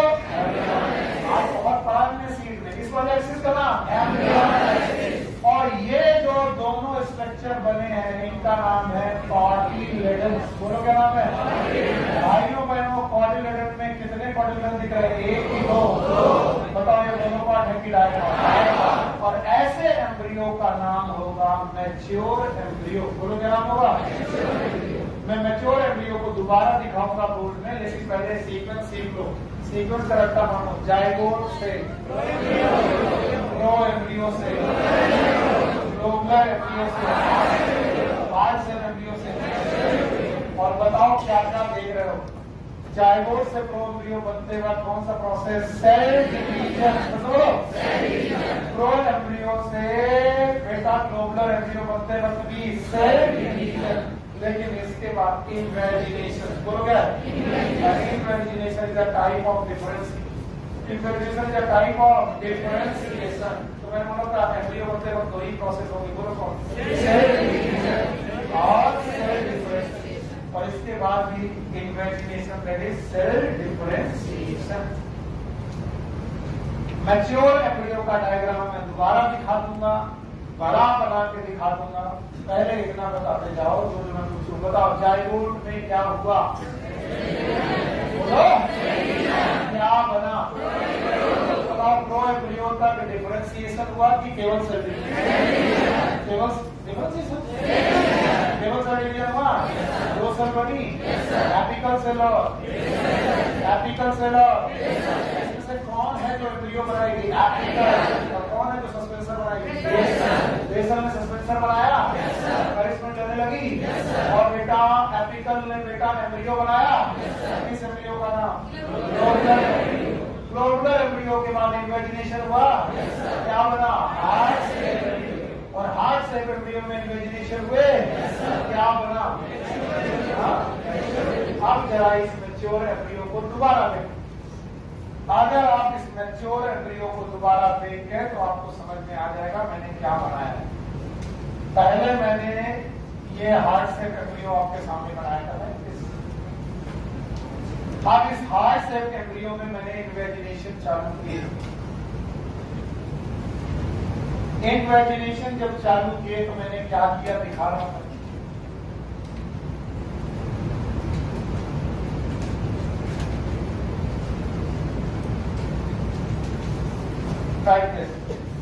तो जो ये येलो वाला पोर्शन है, दिस इज कॉटिलेडन। बोलो क्या है? और ये वाला पोर्शन जो है इसका नाम एम्ब्रियोनल एक्सिस। फिर से बोलो, एम्ब्रियोनल एक्सिस। हाँ भाई, कोई प्रॉब्लम? और ये दोनों है कॉटिलेडन्स।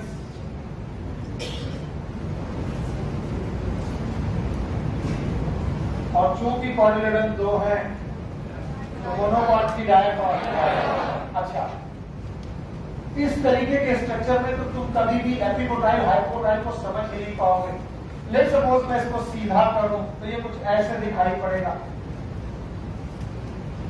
हाइड्रा मत समझिएगा बस, क्योंकि आप कुछ भी समझ सकते हो। वो हाइड्रा जैसा मैंने बनाया ही है और कुछ नहीं। मैं इन दोनों को सीधा कर रहा हूं। सीधा करने के बाद इन दोनों आर्म को मैंने अलग अलग कर दिया। बताओ ये दोनों क्या है? और ये एक्सिस का नाम क्या है? एम्ब्रियोनल एक्सिस है। और जब तुम्हें ये एम्ब्रियोनल एक्सिस दिखने लगेगी तो ये लेवल दिखेगा कॉटिलेडन का। बोलो क्या दिखेगा? तो कॉटिलेडन के ऊपर की एक्सिस बोलो एपिकोटाइल। भूल गए बेटा, क्या है? Thank you very much. और नीचे वाली इट इज हाइपोकोटाइल। अभी मैं रियल वाले में दिखाऊंगा। और हाइपोकोटाइल का टर्मिनल पार्ट रेडिकल। भूल गए बेटा, बोलो क्या है? अच्छा बताओ, यहाँ पर टर्मिनल पार्ट याद रहेगा? इसमें रूट कौन बनेगा? रेडिकल। और इसके साथ मतलब कैप होगी। नाम बताओ। आप देखो, इसको यहाँ पर देखने की कोशिश करो। बताइए यहाँ पर जो कैप होगी, नाम बताओ।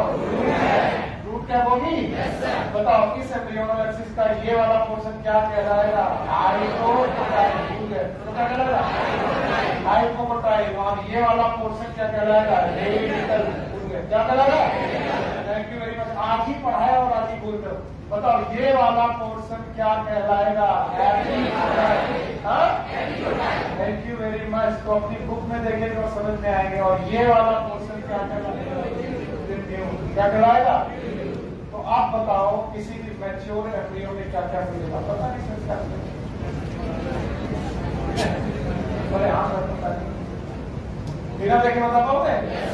बताओ। पहले जाइगोट था, डिवीजन हुआ? Yes sir. क्या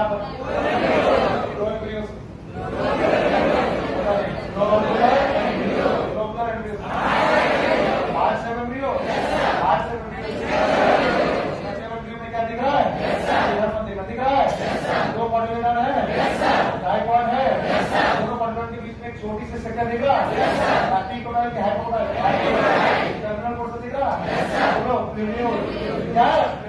बाकी बची हुई एक्सिस हाइपोटाइल और हाइपोटाइल का नीचे वाला और क्या इसी में होगा रूट क्या? जरा देखने की कोशिश करो साइड डायग्राम मिल जाए। मैं भी देखता हूँ एनसीईआरटी के side diagram.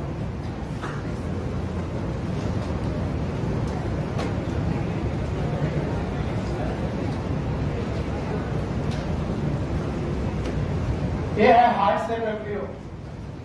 Try to understand. बताइए जहां मैं रेड करूंगा ये वाला पोर्शन सही मॉड्यूलर है? ये एक्सिस, अच्छा ये पोर्शन, ये पोर्शन, ये पोर्शन, ये पोर्शन, ये वाला अगर सस्पेंसर होता तो यही होता?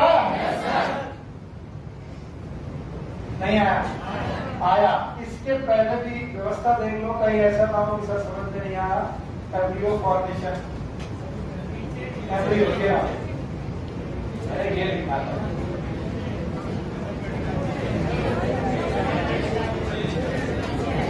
यही है पीछे।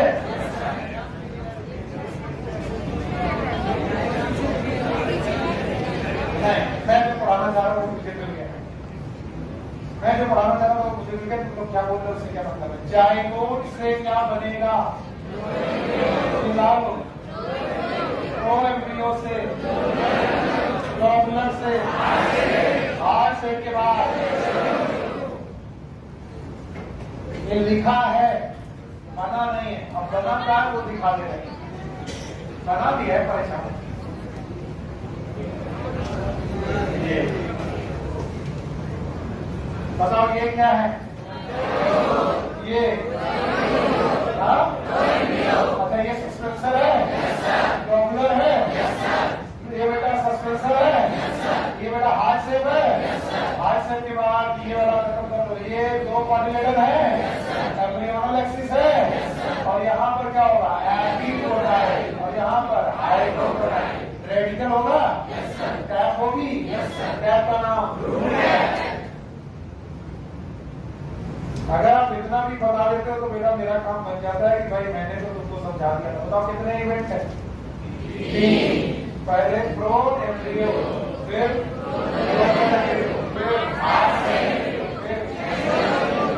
चार इवेंट होगा।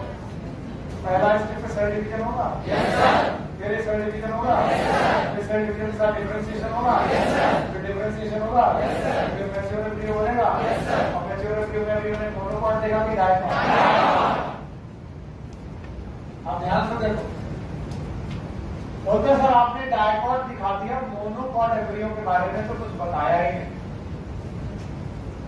सो मोनोकॉट एम्ब्रियो को भी सिखाइए। वैसे सुबह मैं पढ़ा चुका हूं मक्के का सीड बना करके, अभी फिर से पढ़। बोलते हैं मोनोकॉट एम्ब्रियो के भी initial development is same.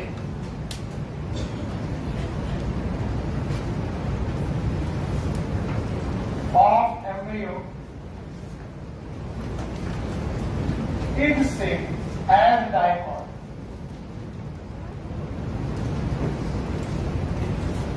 Dicot की तरह ही इनिशियल डेवलपमेंट होते हैं, लेकिन बाद में क्या चेंजेस आते हैं जरा देखिएगा। बोलते हैं इसमें एक एम्ब्रियोनल एक्सिस होती है। Let's suppose this is the embryonal axis. मैंने केवल एम्ब्रियोनल एक्सिस बनाई और let's suppose this is the place from where cotyledon can be originated. तो इस पोर्शन के ऊपर वाली एक्सिस इज एपिकोटाइल। जब आप देखते रहो तभी काम बनेगा, बोलो क्या? और इसके नीचे वाला हाइपोटाइल। बोलते हैं सर जी अगर एपिकोटाइल और हाइपोटाइल हैं तो कार्टिलेडन भी होने चाहिए। बोले यस। इनके पास से एक कॉटिलेडन निकलता है जो सीड शेप है। This is a single cotyledon. इसका नाम बताया था भाई, जवाब ही नहीं आ रहा। सिंगल कॉटिलेडन क्या ये स्पूटेलम है? Sir it is a scutellum. Sir सुबह तो ऐसा नहीं दिखाया था, बस क्रॉस सेक्शन का तरीका अलग है। कभी लॉन्गिट्यूडनल काटते हैं, कभी हॉरिजॉन्टल काटते हैं। अभी कैसे काटा तुम देखो। बोलते सर अगर ये एक कॉटिलेडन है तो दूसरा कहाँ गया? बोले अगर दूसरा कॉटिलेडन भी होता भाइयों बहनों तो ये दोनों पार्ट होता कि डायरेक्ट होता? ये दोनों कॉटिलेडन होते हैं, इनके बीच की एक्सिस हैप्पी होता है, भूल गए अभी हाइड्रा बनाया था, दोनों कॉटिलेडन के बीच की एक्सिस। बोलते हैं सर ये वाला जो कॉटिलेडन है ये रिड्यूस हो गया और ये एपिब्लास्ट नाम के स्ट्रक्चर में कन्वर्ट हो गया। Please see your NCERT. तो बताओ दो कॉटिलेडन में दो बचे कि एक बचा? और एक बचा तो डायकॉट की मोनोकॉट। बाकी एक्सिस का नाम एम्ब्रियोनल एक्सिस। सर तो घबराया मत करो, पढ़ना तुम्हारी जिंदगी है, मुंह मत बनाया करो सर क्या पढ़ा। स्टूडेंट हो, स्टडी करने आ रहे हो, पढ़ना है ही, चाहे मुंह बना के पढ़ो चाहे खुश होकर पढ़ो, क्या तरीका है? खुश होकर पढ़ो। बताओ ये एपिपोटाइड है, इसका मतलब यहाँ से लेकर यहाँ तक जो एक्सिस है इसका नाम एम्ब्रियोनल, और ये ऊपर वाला पोर्शन एपिपोटाइड। बोलो क्या है? Thank you. ये वाला तो हाइपोटाइड के टर्मिनल पार्ट का नाम रेडिकल। भूल गए आप लोग? रेडिकल है। और एपिपोटाइड के टर्मिनल पार्ट का नाम स्मूथ एपेक्स। बोलो क्या नाम है? क्या इसी का नाम प्लिन्यूल है? और मोनोकॉट में प्लिन्यूल की जगह कौन सा शब्द यूज करते हैं? अच्छा बताओ, क्या मैंने तुम्हें सुबह तो और स्ट्रक्चर पढ़ाए थे? इसके बाद क्या होंगे?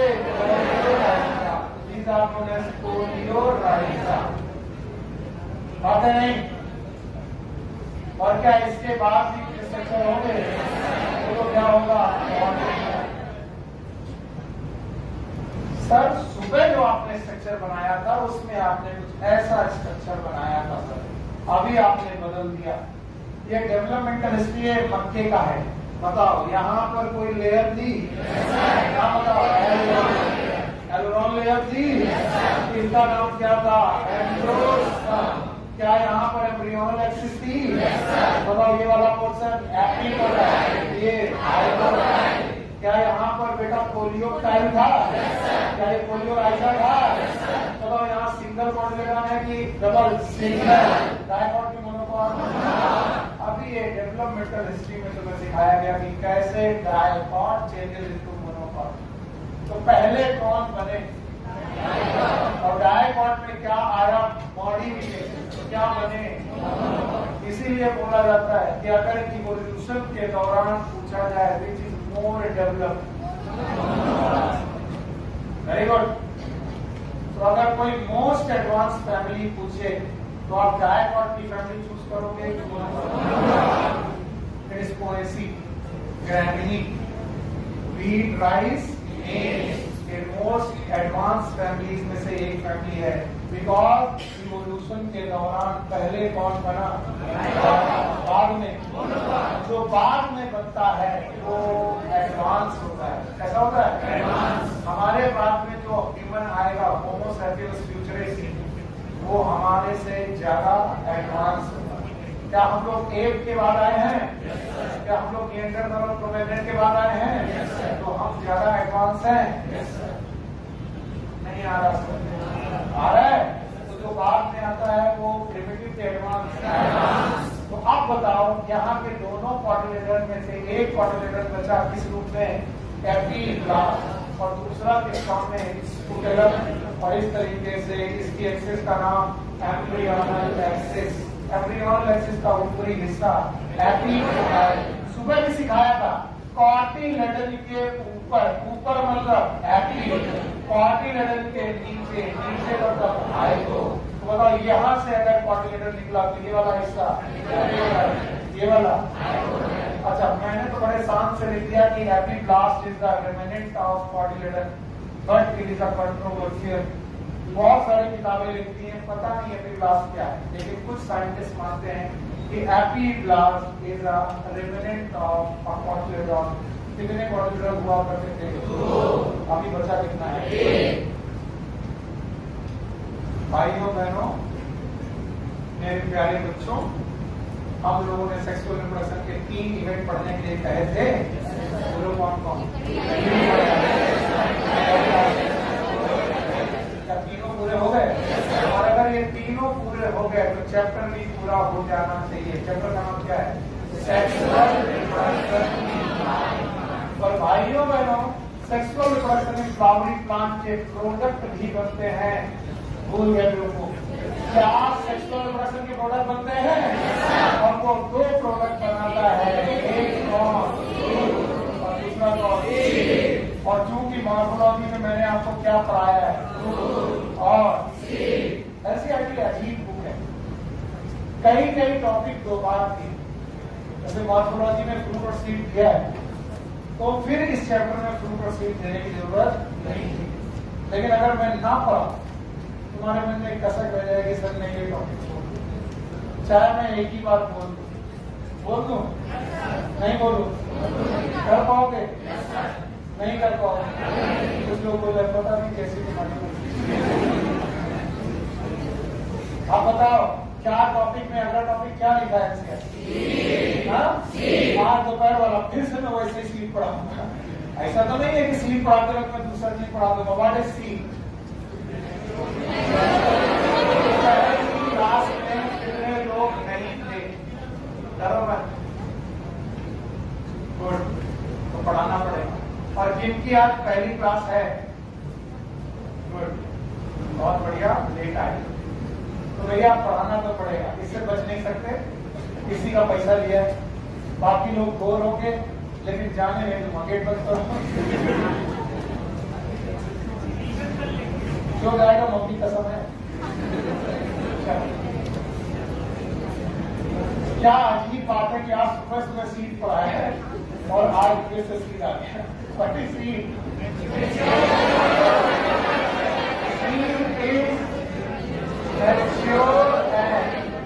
Mature ovule उन सब लोगों को भगवान बड़ी शांति प्रदान करे जो सुबह आज क्लास में थे, क्योंकि वो आप गाली निकालने वाले हैं। निकालने वाले हैं? गरीब आदमी को गाली मत देना। तो हम ओव्यूज देखें तो सीट दिखाई पड़ेगा। ऐसे तुम्हारे यस और नो में अंतर नहीं समझ में आ रहा है।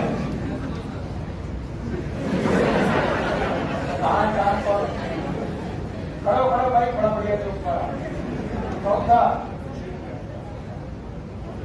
हाँ भाई, नेक्स्ट सर, खड़े हो। यस, दाढ़ी का नहीं, कैसे करेंगे? नुकील दाढ़ी करने का तरीका बताओ। मैंने ट्राई की तो झुआ करोगे।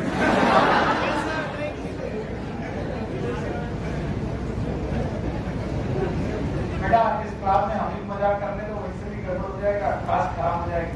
तुमने देखा होगा पिछले साल जब तुम एंजॉय करते हो टीचर ज्यादा एंजॉय करने लगता है, और इस चक्कर में घंटा हम ही करते हैं। हमारे बच्चे थोड़ा गाली दे देंगे तो कुछ नहीं है, ज्यादा गाली देने पर केवल एक काम होता है मेरे साथ, एक बुरी बात होती है, मेरा एक टोन कलर और डार्क होता है। काले आदमी में कोई रंग चढ़ने वाला तो करिए तो थोड़ा और करिए आ जाएंगे, कुछ फर्क नहीं पड़ता। हाँ, दूसरा एक और हुआ इसके दौरान 5-6 सालों में कि जब ज्यादा गाली पड़ी तो काले रंग के साथ बाल भी झड़ने लगे। अभी इतना खाली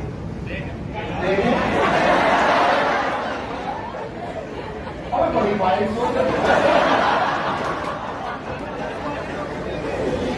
कल तो पता नहीं क्या ये बच्चे की। हाँ, इसीलिए मैं सॉरी बोलता हूँ, मैं क्यों ऐसा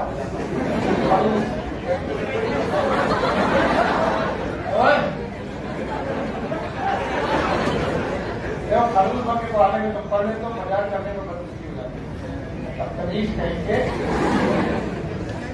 बता दिया, कभी कचरा आपकी देखा नहीं है ऐसे, बाकी यहाँ से ऐसे ये सब दिखाए। तुरंत उल्टी हो जाए। इसलिए डोंट ट्राई, ये खतरों की चीज है। आप इसे देखो, खुश हो गए। मैं यही चाहता था कि थोड़ा तुम्हारा मन हल्का हो जाए, क्योंकि सीन फिर से गहरे तरीके से आपको करने वाला हूं। आप साथ रहिएगा। बाकी लोगों की कोई गलती नहीं है जो बेचारे आज पहले दिन आए। तो क्या हमें ओव्यूल याद है? देखना फिर से ओव्यूल बनाते हैं। ये बताओ आउटर इंटेगमेंट है, यहीं पर बनाया था सुबह भी। ये इनर इंटेगमेंट है, पक्का? यहाँ पर अटैच है हाइलम, हाइलम है यहाँ से, और ये टाइम उतना ही लगना, लिख देते हैं। बोलो ये कौन सा इंटेगमेंट? ओके, ये वाला। Thank you very much. और बताओ यहाँ पर इसके अंदर यूसलस। अच्छा बच्चों, और फर्टिलाइजेशन हो चुका है तो एम्ब्रियो सैक में क्या एंडोस्पर्म और एम्ब्रियो दोनों बच चुके होंगे? अगर एंडोस्पर्म बचा होगा तो एंडोस्पर्म, अच्छा बीच में एक्सिस होगी, अभी अभी पढ़ाया आपको, मतलब एक्सिस होगी। नाम बताओ, एंब्रियो। और इसके चारों तरफ कॉर्डिलेडॉन होंगे, दो कॉर्डिलेडॉन तो मोनोकॉट की आएगा। इसका नाम माइक्रोपाइल। सॉरी बेटा, जो लोग सुबह पढ़े उनको बिल्कुल मुश्किल पड़ रहा होगा, पर अब पूरा मत पाना। देखो ये माइक्रोपाइल है। अब मैं इस ओव्यूल से क्या बनाने जा रहा हूँ? सीड। बोलो seed is mature ovule after fertilization. चलो बनाओ। आउटर इंटेगमेंट से क्या बना? टेस्टा।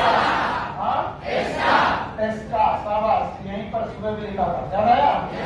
और यहाँ पर मेम्ब्रेन बनी, इस मेम्ब्रेन का नाम टेगमेन। अच्छा, टेस्टा और टेगमेन मिलकर के क्या ये सीड कोट बनाते हैं? तो भाई पहले ओव्यूल देखो, फिर सीड कोट देखो।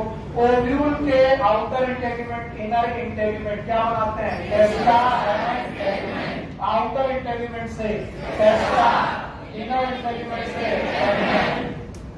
पक्का? बताओ माइक्रोपाइल में ना तो आउटर इंटेगमेंट है ना तो इनर, क्या यहाँ एक गैप छूट जाएगा? नाम बताओ। ये वही माइक्रोपाइल है जहां से कौन एंट्री मारा था? अभी इस माइक्रोपाइल से एयर एंट्री मारेगी और वाटर, एयर और वाटर। जब जर्मिनेट करेंगे तो यहां से एयर और वाटर एंट्री मारेगी। Outer integument टेस्टा, inner integument tegmen, दोनों मिलाकर सीड कोट। इसके बाद मिलता है न्यूक्लियस। क्या होता है? मैंने सुबह कुछ लिखवाया था, याद है? न्यूक्लियस जनरली डीजनरेट हो जाता है। आप डीजनरेट हो जाता है क्योंकि नरिशमेंट प्रोवाइड करता है, लेकिन कुछ सीड्स में क्या न्यूक्लियस रिमेन बचा रहता है, और जो रिमेनिंग न्यूक्लियस है इसका नाम पेरिस्पर्म। बोलो क्या है? पेरिस्पर्म के बारे में पूछा जाए, व्हाट इज पेरिस्पर्म, बता पाओगे?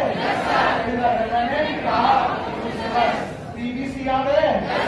पी फॉर ब्लैक पेपर है, काली मिर्च में पाया जाता है। ये क्या है? सुगंधा में पाया जाएगा, और टेस्टर में भी पाया जाएगा, थोड़ा पेरिस्पर्म पाया जाएगा। अब इधर देखो ध्यान से, आउटर इंटेगमेंट, इनर इंटेगमेंट, इसको निपट लिया, बचा सैक। क्या बचा? और सैक के अंदर दो ही चीजें बची हैं, ये बोलो एंडोस्पर्म। क्या बचा? और ये एम्ब्रियो।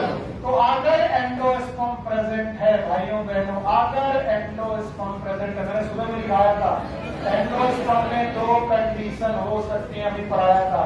या तो ये प्रेजेंट हो सकता है, नाम बताओ। किसे बोलो? एंडोस्पर्मिक।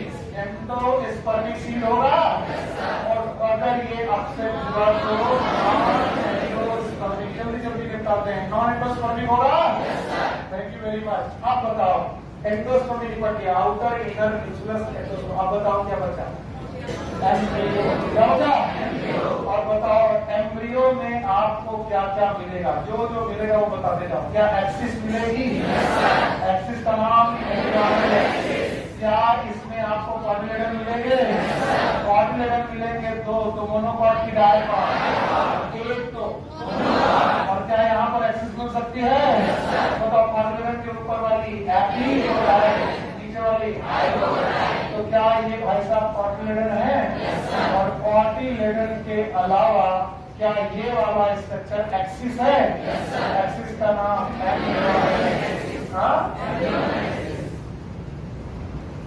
ये सीड का रियल डायग्राम है कि रे डायग्राम? क्या हम ओव्यूल को सीड में बनते हुए देख रहे हैं? अच्छा बताओ, जब सीड को तोड़ेंगे तो क्या मटर के, हमने बोला था मटर की फली से मटर के दाने को तोड़ते हुए देखो, क्या स्टार छूट जाएगा? उस स्टार का नाम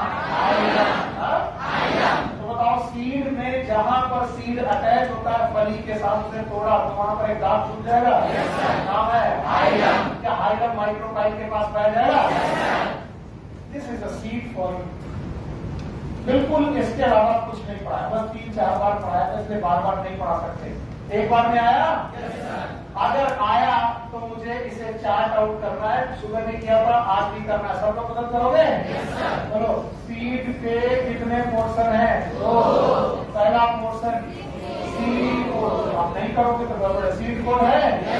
अच्छा, दूसरा बोलो कर्नेल है? All the tissue inside the seed code is kernel है? जल्दी बोलो, सीड कोड के 2 पार्ट होंगे, पहला दूसरा टेस्टा, और टेगमेंट में स्कार कहाँ मिलेगा? टेस्टा। बोलो क्या नाम होगा? हाइलम। क्या इनके बीच में बेटा ओपनिंग मिलेगी? बोलो क्या होगा? माइक्रोकाइल। बस लर्न करने के तरीके सिखा रहा हूं, कुछ नहीं। कर्नेल में 3 चीजें मिलेगी, पहला कौन? पेरिस्टम, जो हमेशा प्रेजेंट होगा, हमेशा प्रेजेंट, कभी कभी प्रेजेंट होगा और कभी कभी एब्सेंट होगा। बोलो बीबीसी याद है? बोलो एंडोस्पर्म होगा, हमेशा होगा। एंडोस्पर्म भी प्रेजेंट हो सकता है, एब्सेंट हो सकता है। प्रेजेंट हुआ तो एंडोस्पर्मिक, नहीं हुआ तो क्या एंडोस्पर्मिक सीड के एग्जांपल बता पाओगे?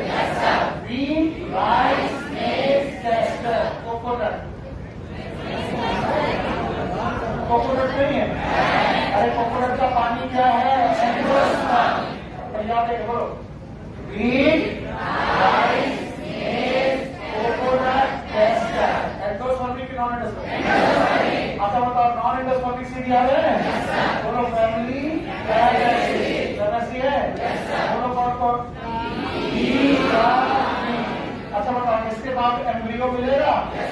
अब ये चीज मैंने सुबह छुपा ली थी क्योंकि जगह नहीं थी, अब जगह मिल गई तो पढ़ाते रहे। एम्ब्रियो के 2 पार्ट, 1 इज क्वाड्रिलेटरल है? बताओ क्वाड्रिलेटरल 2 है तो लोग बोले पढ़ा दिया तो ऐसा कहूँ तो 3 मार दिया, बात तो वही है। 1 हुआ तो दूसरी एक्सिस का नाम बताओ? Embryonal axis. और एम्ब्रियोनल एक्सिस के कितने पार्ट? 2। एक पार्ट एपिकॉर्ड, दूसरा खतरनाक। पढ़ाने के पहले मैं खुद उल्टी कर रहा था कि कैसे पढ़ाऊंगा, देखो पढ़ा दिया। क्या तुम्हें समझ में आया? जिनका पहला दिन था उन्हें समझ में आया? अगर उन्हें समझ में आया तो सीड आपके सामने हो चुका है।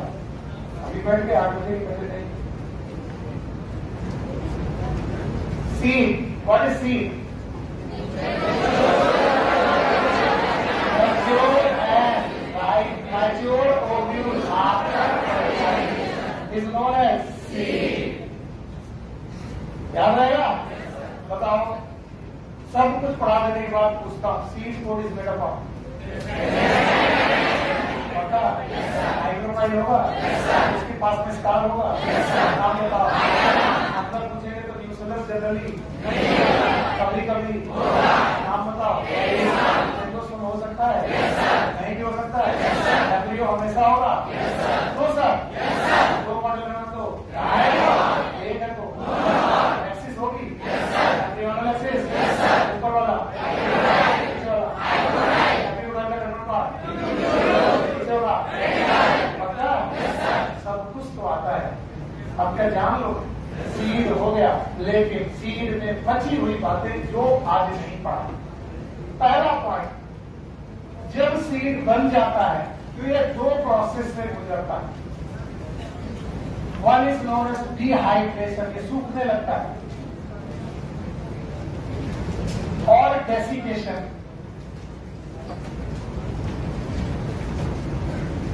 इन डिहाइड्रेशन और डेसिकेशन की वजह से सीड के अंदर के जो एंजाइम होते हैं दे गेट इनएक्टिवेटेड,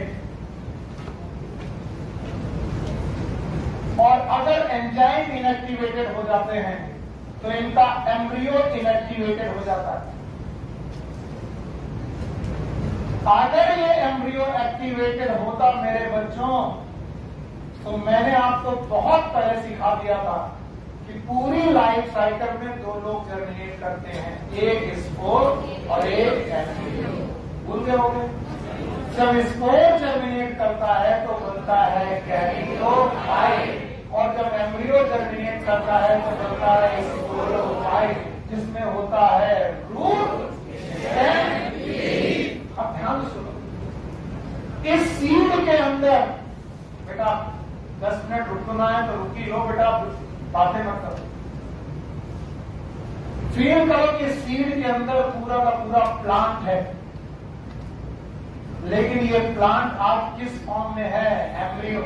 और एक्टिवेटेड की इनएक्टिवेटेड।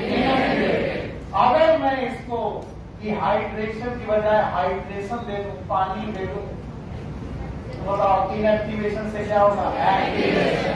और क्या ये जर्मिनेट कर जाएगा? तो भैया जर्मिनेशन ना हो इसलिए क्या होगा? और इससे इनमें एक फीचर पैदा होता है, that is known as dormancy. Dormancy of seed, and dormancy of seed is the inactivity of seed. सोच कर देखिए, क्योंकि आप सीड इतना देख चुके हैं कि आप सोचते नहीं। सोच कर देखिए, पूरा जीव, पूरा जीव इसके अंदर है, जो बहुत स्लोली सांसें ले रहा, बहुत स्लोली, ऑलमोस्ट इनएक्टिवेटेड कंडीशन में जीव पड़ रहा है। जब आप अंडा खाते हो तो आपको घृणा आती है, भगवान अंडा खा लिया हमने, इसके अंदर जीव होता है। बताओ, अंडे में भी जीव नहीं है, क्योंकि अंडा इज जायगोट, लेकिन seed is embryo. Seed is embryo, इसका मतलब इसमें जीव है। तुम चना चबा के तुमको तरस ना आया कि हे भगवान हम पूरा जीव खा ले, और वो जायगोट जो अभी कोशिका थी जिसका ऑमलेट बना के हमने खाया और तरस आने लगा, हे भगवान चूजा खा ले, उसमें चूजा। और कभी कभी तो बिना फर्टिलाइजेशन वाला भी अंडा होता है, उसमें केवल क्या होता है? एग, मेल गैमेट फीमेल, और फीमेल गैमेट जब तक फर्टिलाइज ना हो तो जायगोट, जायगोट नहीं बना तो एम्ब्रियो भी। इसका मतलब फार्म वाला अंडा वो कभी भी चूजा नहीं, मुर्गी बैठ करके उसमें जान दे दे, वो कभी भी चूजा, क्योंकि फर्टिलाइज है, क्या फर्टिलाइज, तो वो एक कोशिका है। और अगर वो एक कोशिका है और उसको खाने में जीव तुम्हें समझ में आ रहा है, तुम जो चने चबा लो इसमें जीव है, पूरे सब जीव है। तो कैसे देखो कमाल, एक दिन से भिगो कर डालो, जो लोग बॉडी बिल्डिंग करते हैं, ये भगवान तुम पहले इनएक्टिव आदमी को एक्टिव कर करके मारते हो। तो चना था इनएक्टिवेटेड कंडीशन में था, बोले सर बॉडी नहीं बढ़ रही थी, पहले चने को फुलाया गया, फिर उसको अंकुरित अनाज के रूप में लाया गया, और जब वो सांसें लेने लगा तेज तेज, तब तुमने उसको नमक मिर्च डाल कर तुमसे बड़ा जीव हत्यारा। सी, तो ये inactivation is known as dormancy of seed. और डॉर्मेंसी होना एक गुड बात है, बहुत अच्छी बात है। ये क्वेश्चन पूछा गया कि डॉर्मेंसी ना होती तो एक इनएक्टिविटी ना होती, और इनएक्टिविटी ना होती तो हम लोग सीड का स्टोरेज नहीं कर पाते, और अगर स्टोरेज नहीं कर पाते तो गेहूं को आटा बना पाते। इसका मतलब रोटियां नहीं, इसका मतलब गेहूं कहाँ उगता? खेत में, और वहीं खाना पड़ता। क्यों? घर तक ले गए तो एक्टिवेट हो जाएगा, और एक्टिवेट हो गया तो जम जाएगा, और जम जाएगा तो इसका स्टोरेज फूड हमारे काम नहीं आएगा। तो बताओ रोटी बनाने की वजह सब्जी मिलेगी? वो भी बिना बनेगी हरी हरी। तो बोलते हैं dormancy is a good thing for nature, I don't know, but good thing for us. Why? क्योंकि इसी ने इससे क्या किया? स्टोरेज। और हम लोग अपने सीड को क्या कर पाए? स्टोर। और स्टोर कर पाए तो काम कर पाए।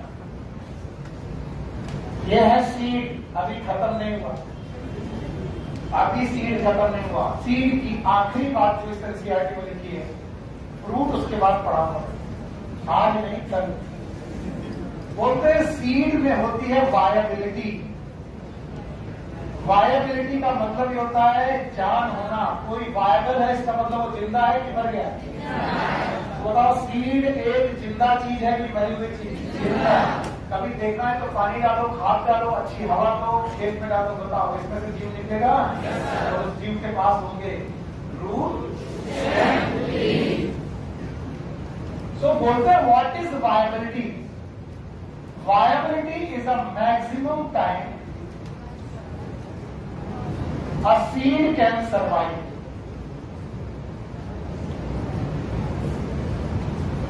after dispersal। अब आप पूछेंगे सर डिस्पर्सल क्या होता है?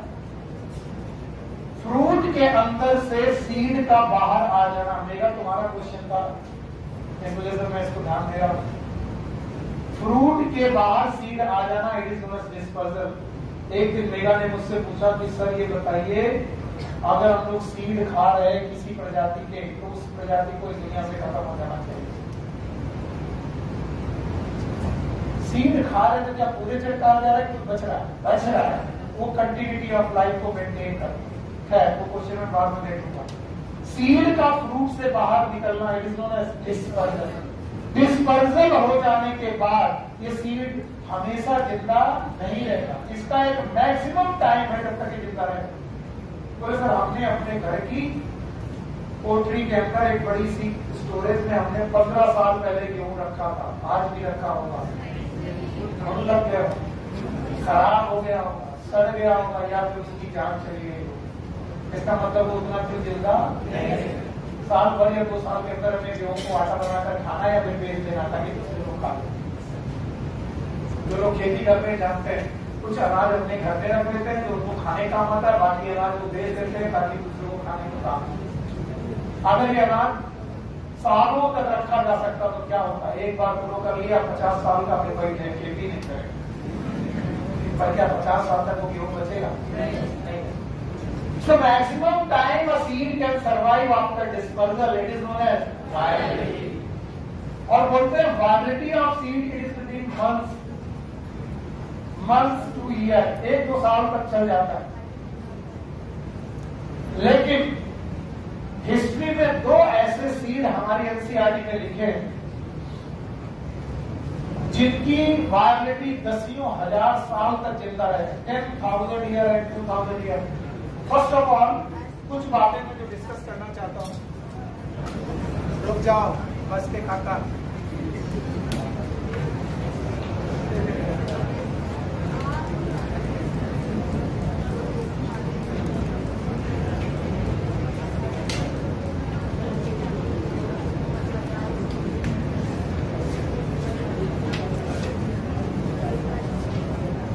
ओके तो बेटा पहले तो आप कुछ चीजें सीखो, वरना आप रट्टा मारोगे और मजा नहीं आएगा। पहली चीज ये है कि तुम अर्थ को देखते हो, अर्थ में इधर वाला कोण नॉर्थ की साउथ और इधर वाला बीचों बीच में जो रेखा है वो इक्वेटर है। बोलो कौन सी?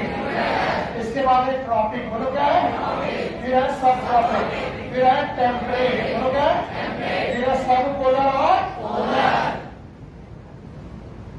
सब पोलर और पोलर वाली जो पोलर वाली वेजिटेशन है, यानी पोल्स में पाई जाने वाली वनस्पति जो है, it is known as tundra.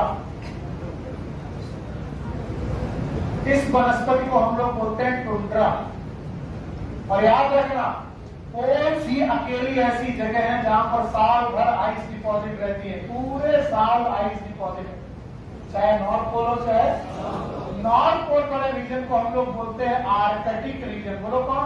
And this is known as Antarctic. बोलो कौन सा है? and some type it is also known as alpine. बोलो क्या नाम है? alpine. तो बोलते हैं कि आर्कटिक टुंड्रा में, आर्कटिक रीजन की टुंड्रा में, आर्कटिक रीजन मतलब नॉर्थ की साउथ, आर्कटिक मतलब बोलते हैं आर्कटिक टुंड्रा में एक सीड मिला और इस सीड का नाम था ल्यूपिनस आर्कटिक्टस, ल्यूपिनस आर्कटिक्टस। आज मैंने आपको एक ऑर्नामेंटल प्लांट पढ़ाया, फैमिली थी फैबेसी, एग्जांपल ल्यूपिन, वही ल्यूपिन का सीड मिला, Lupinus arcticus. Why is known as आर्कटिक्टस?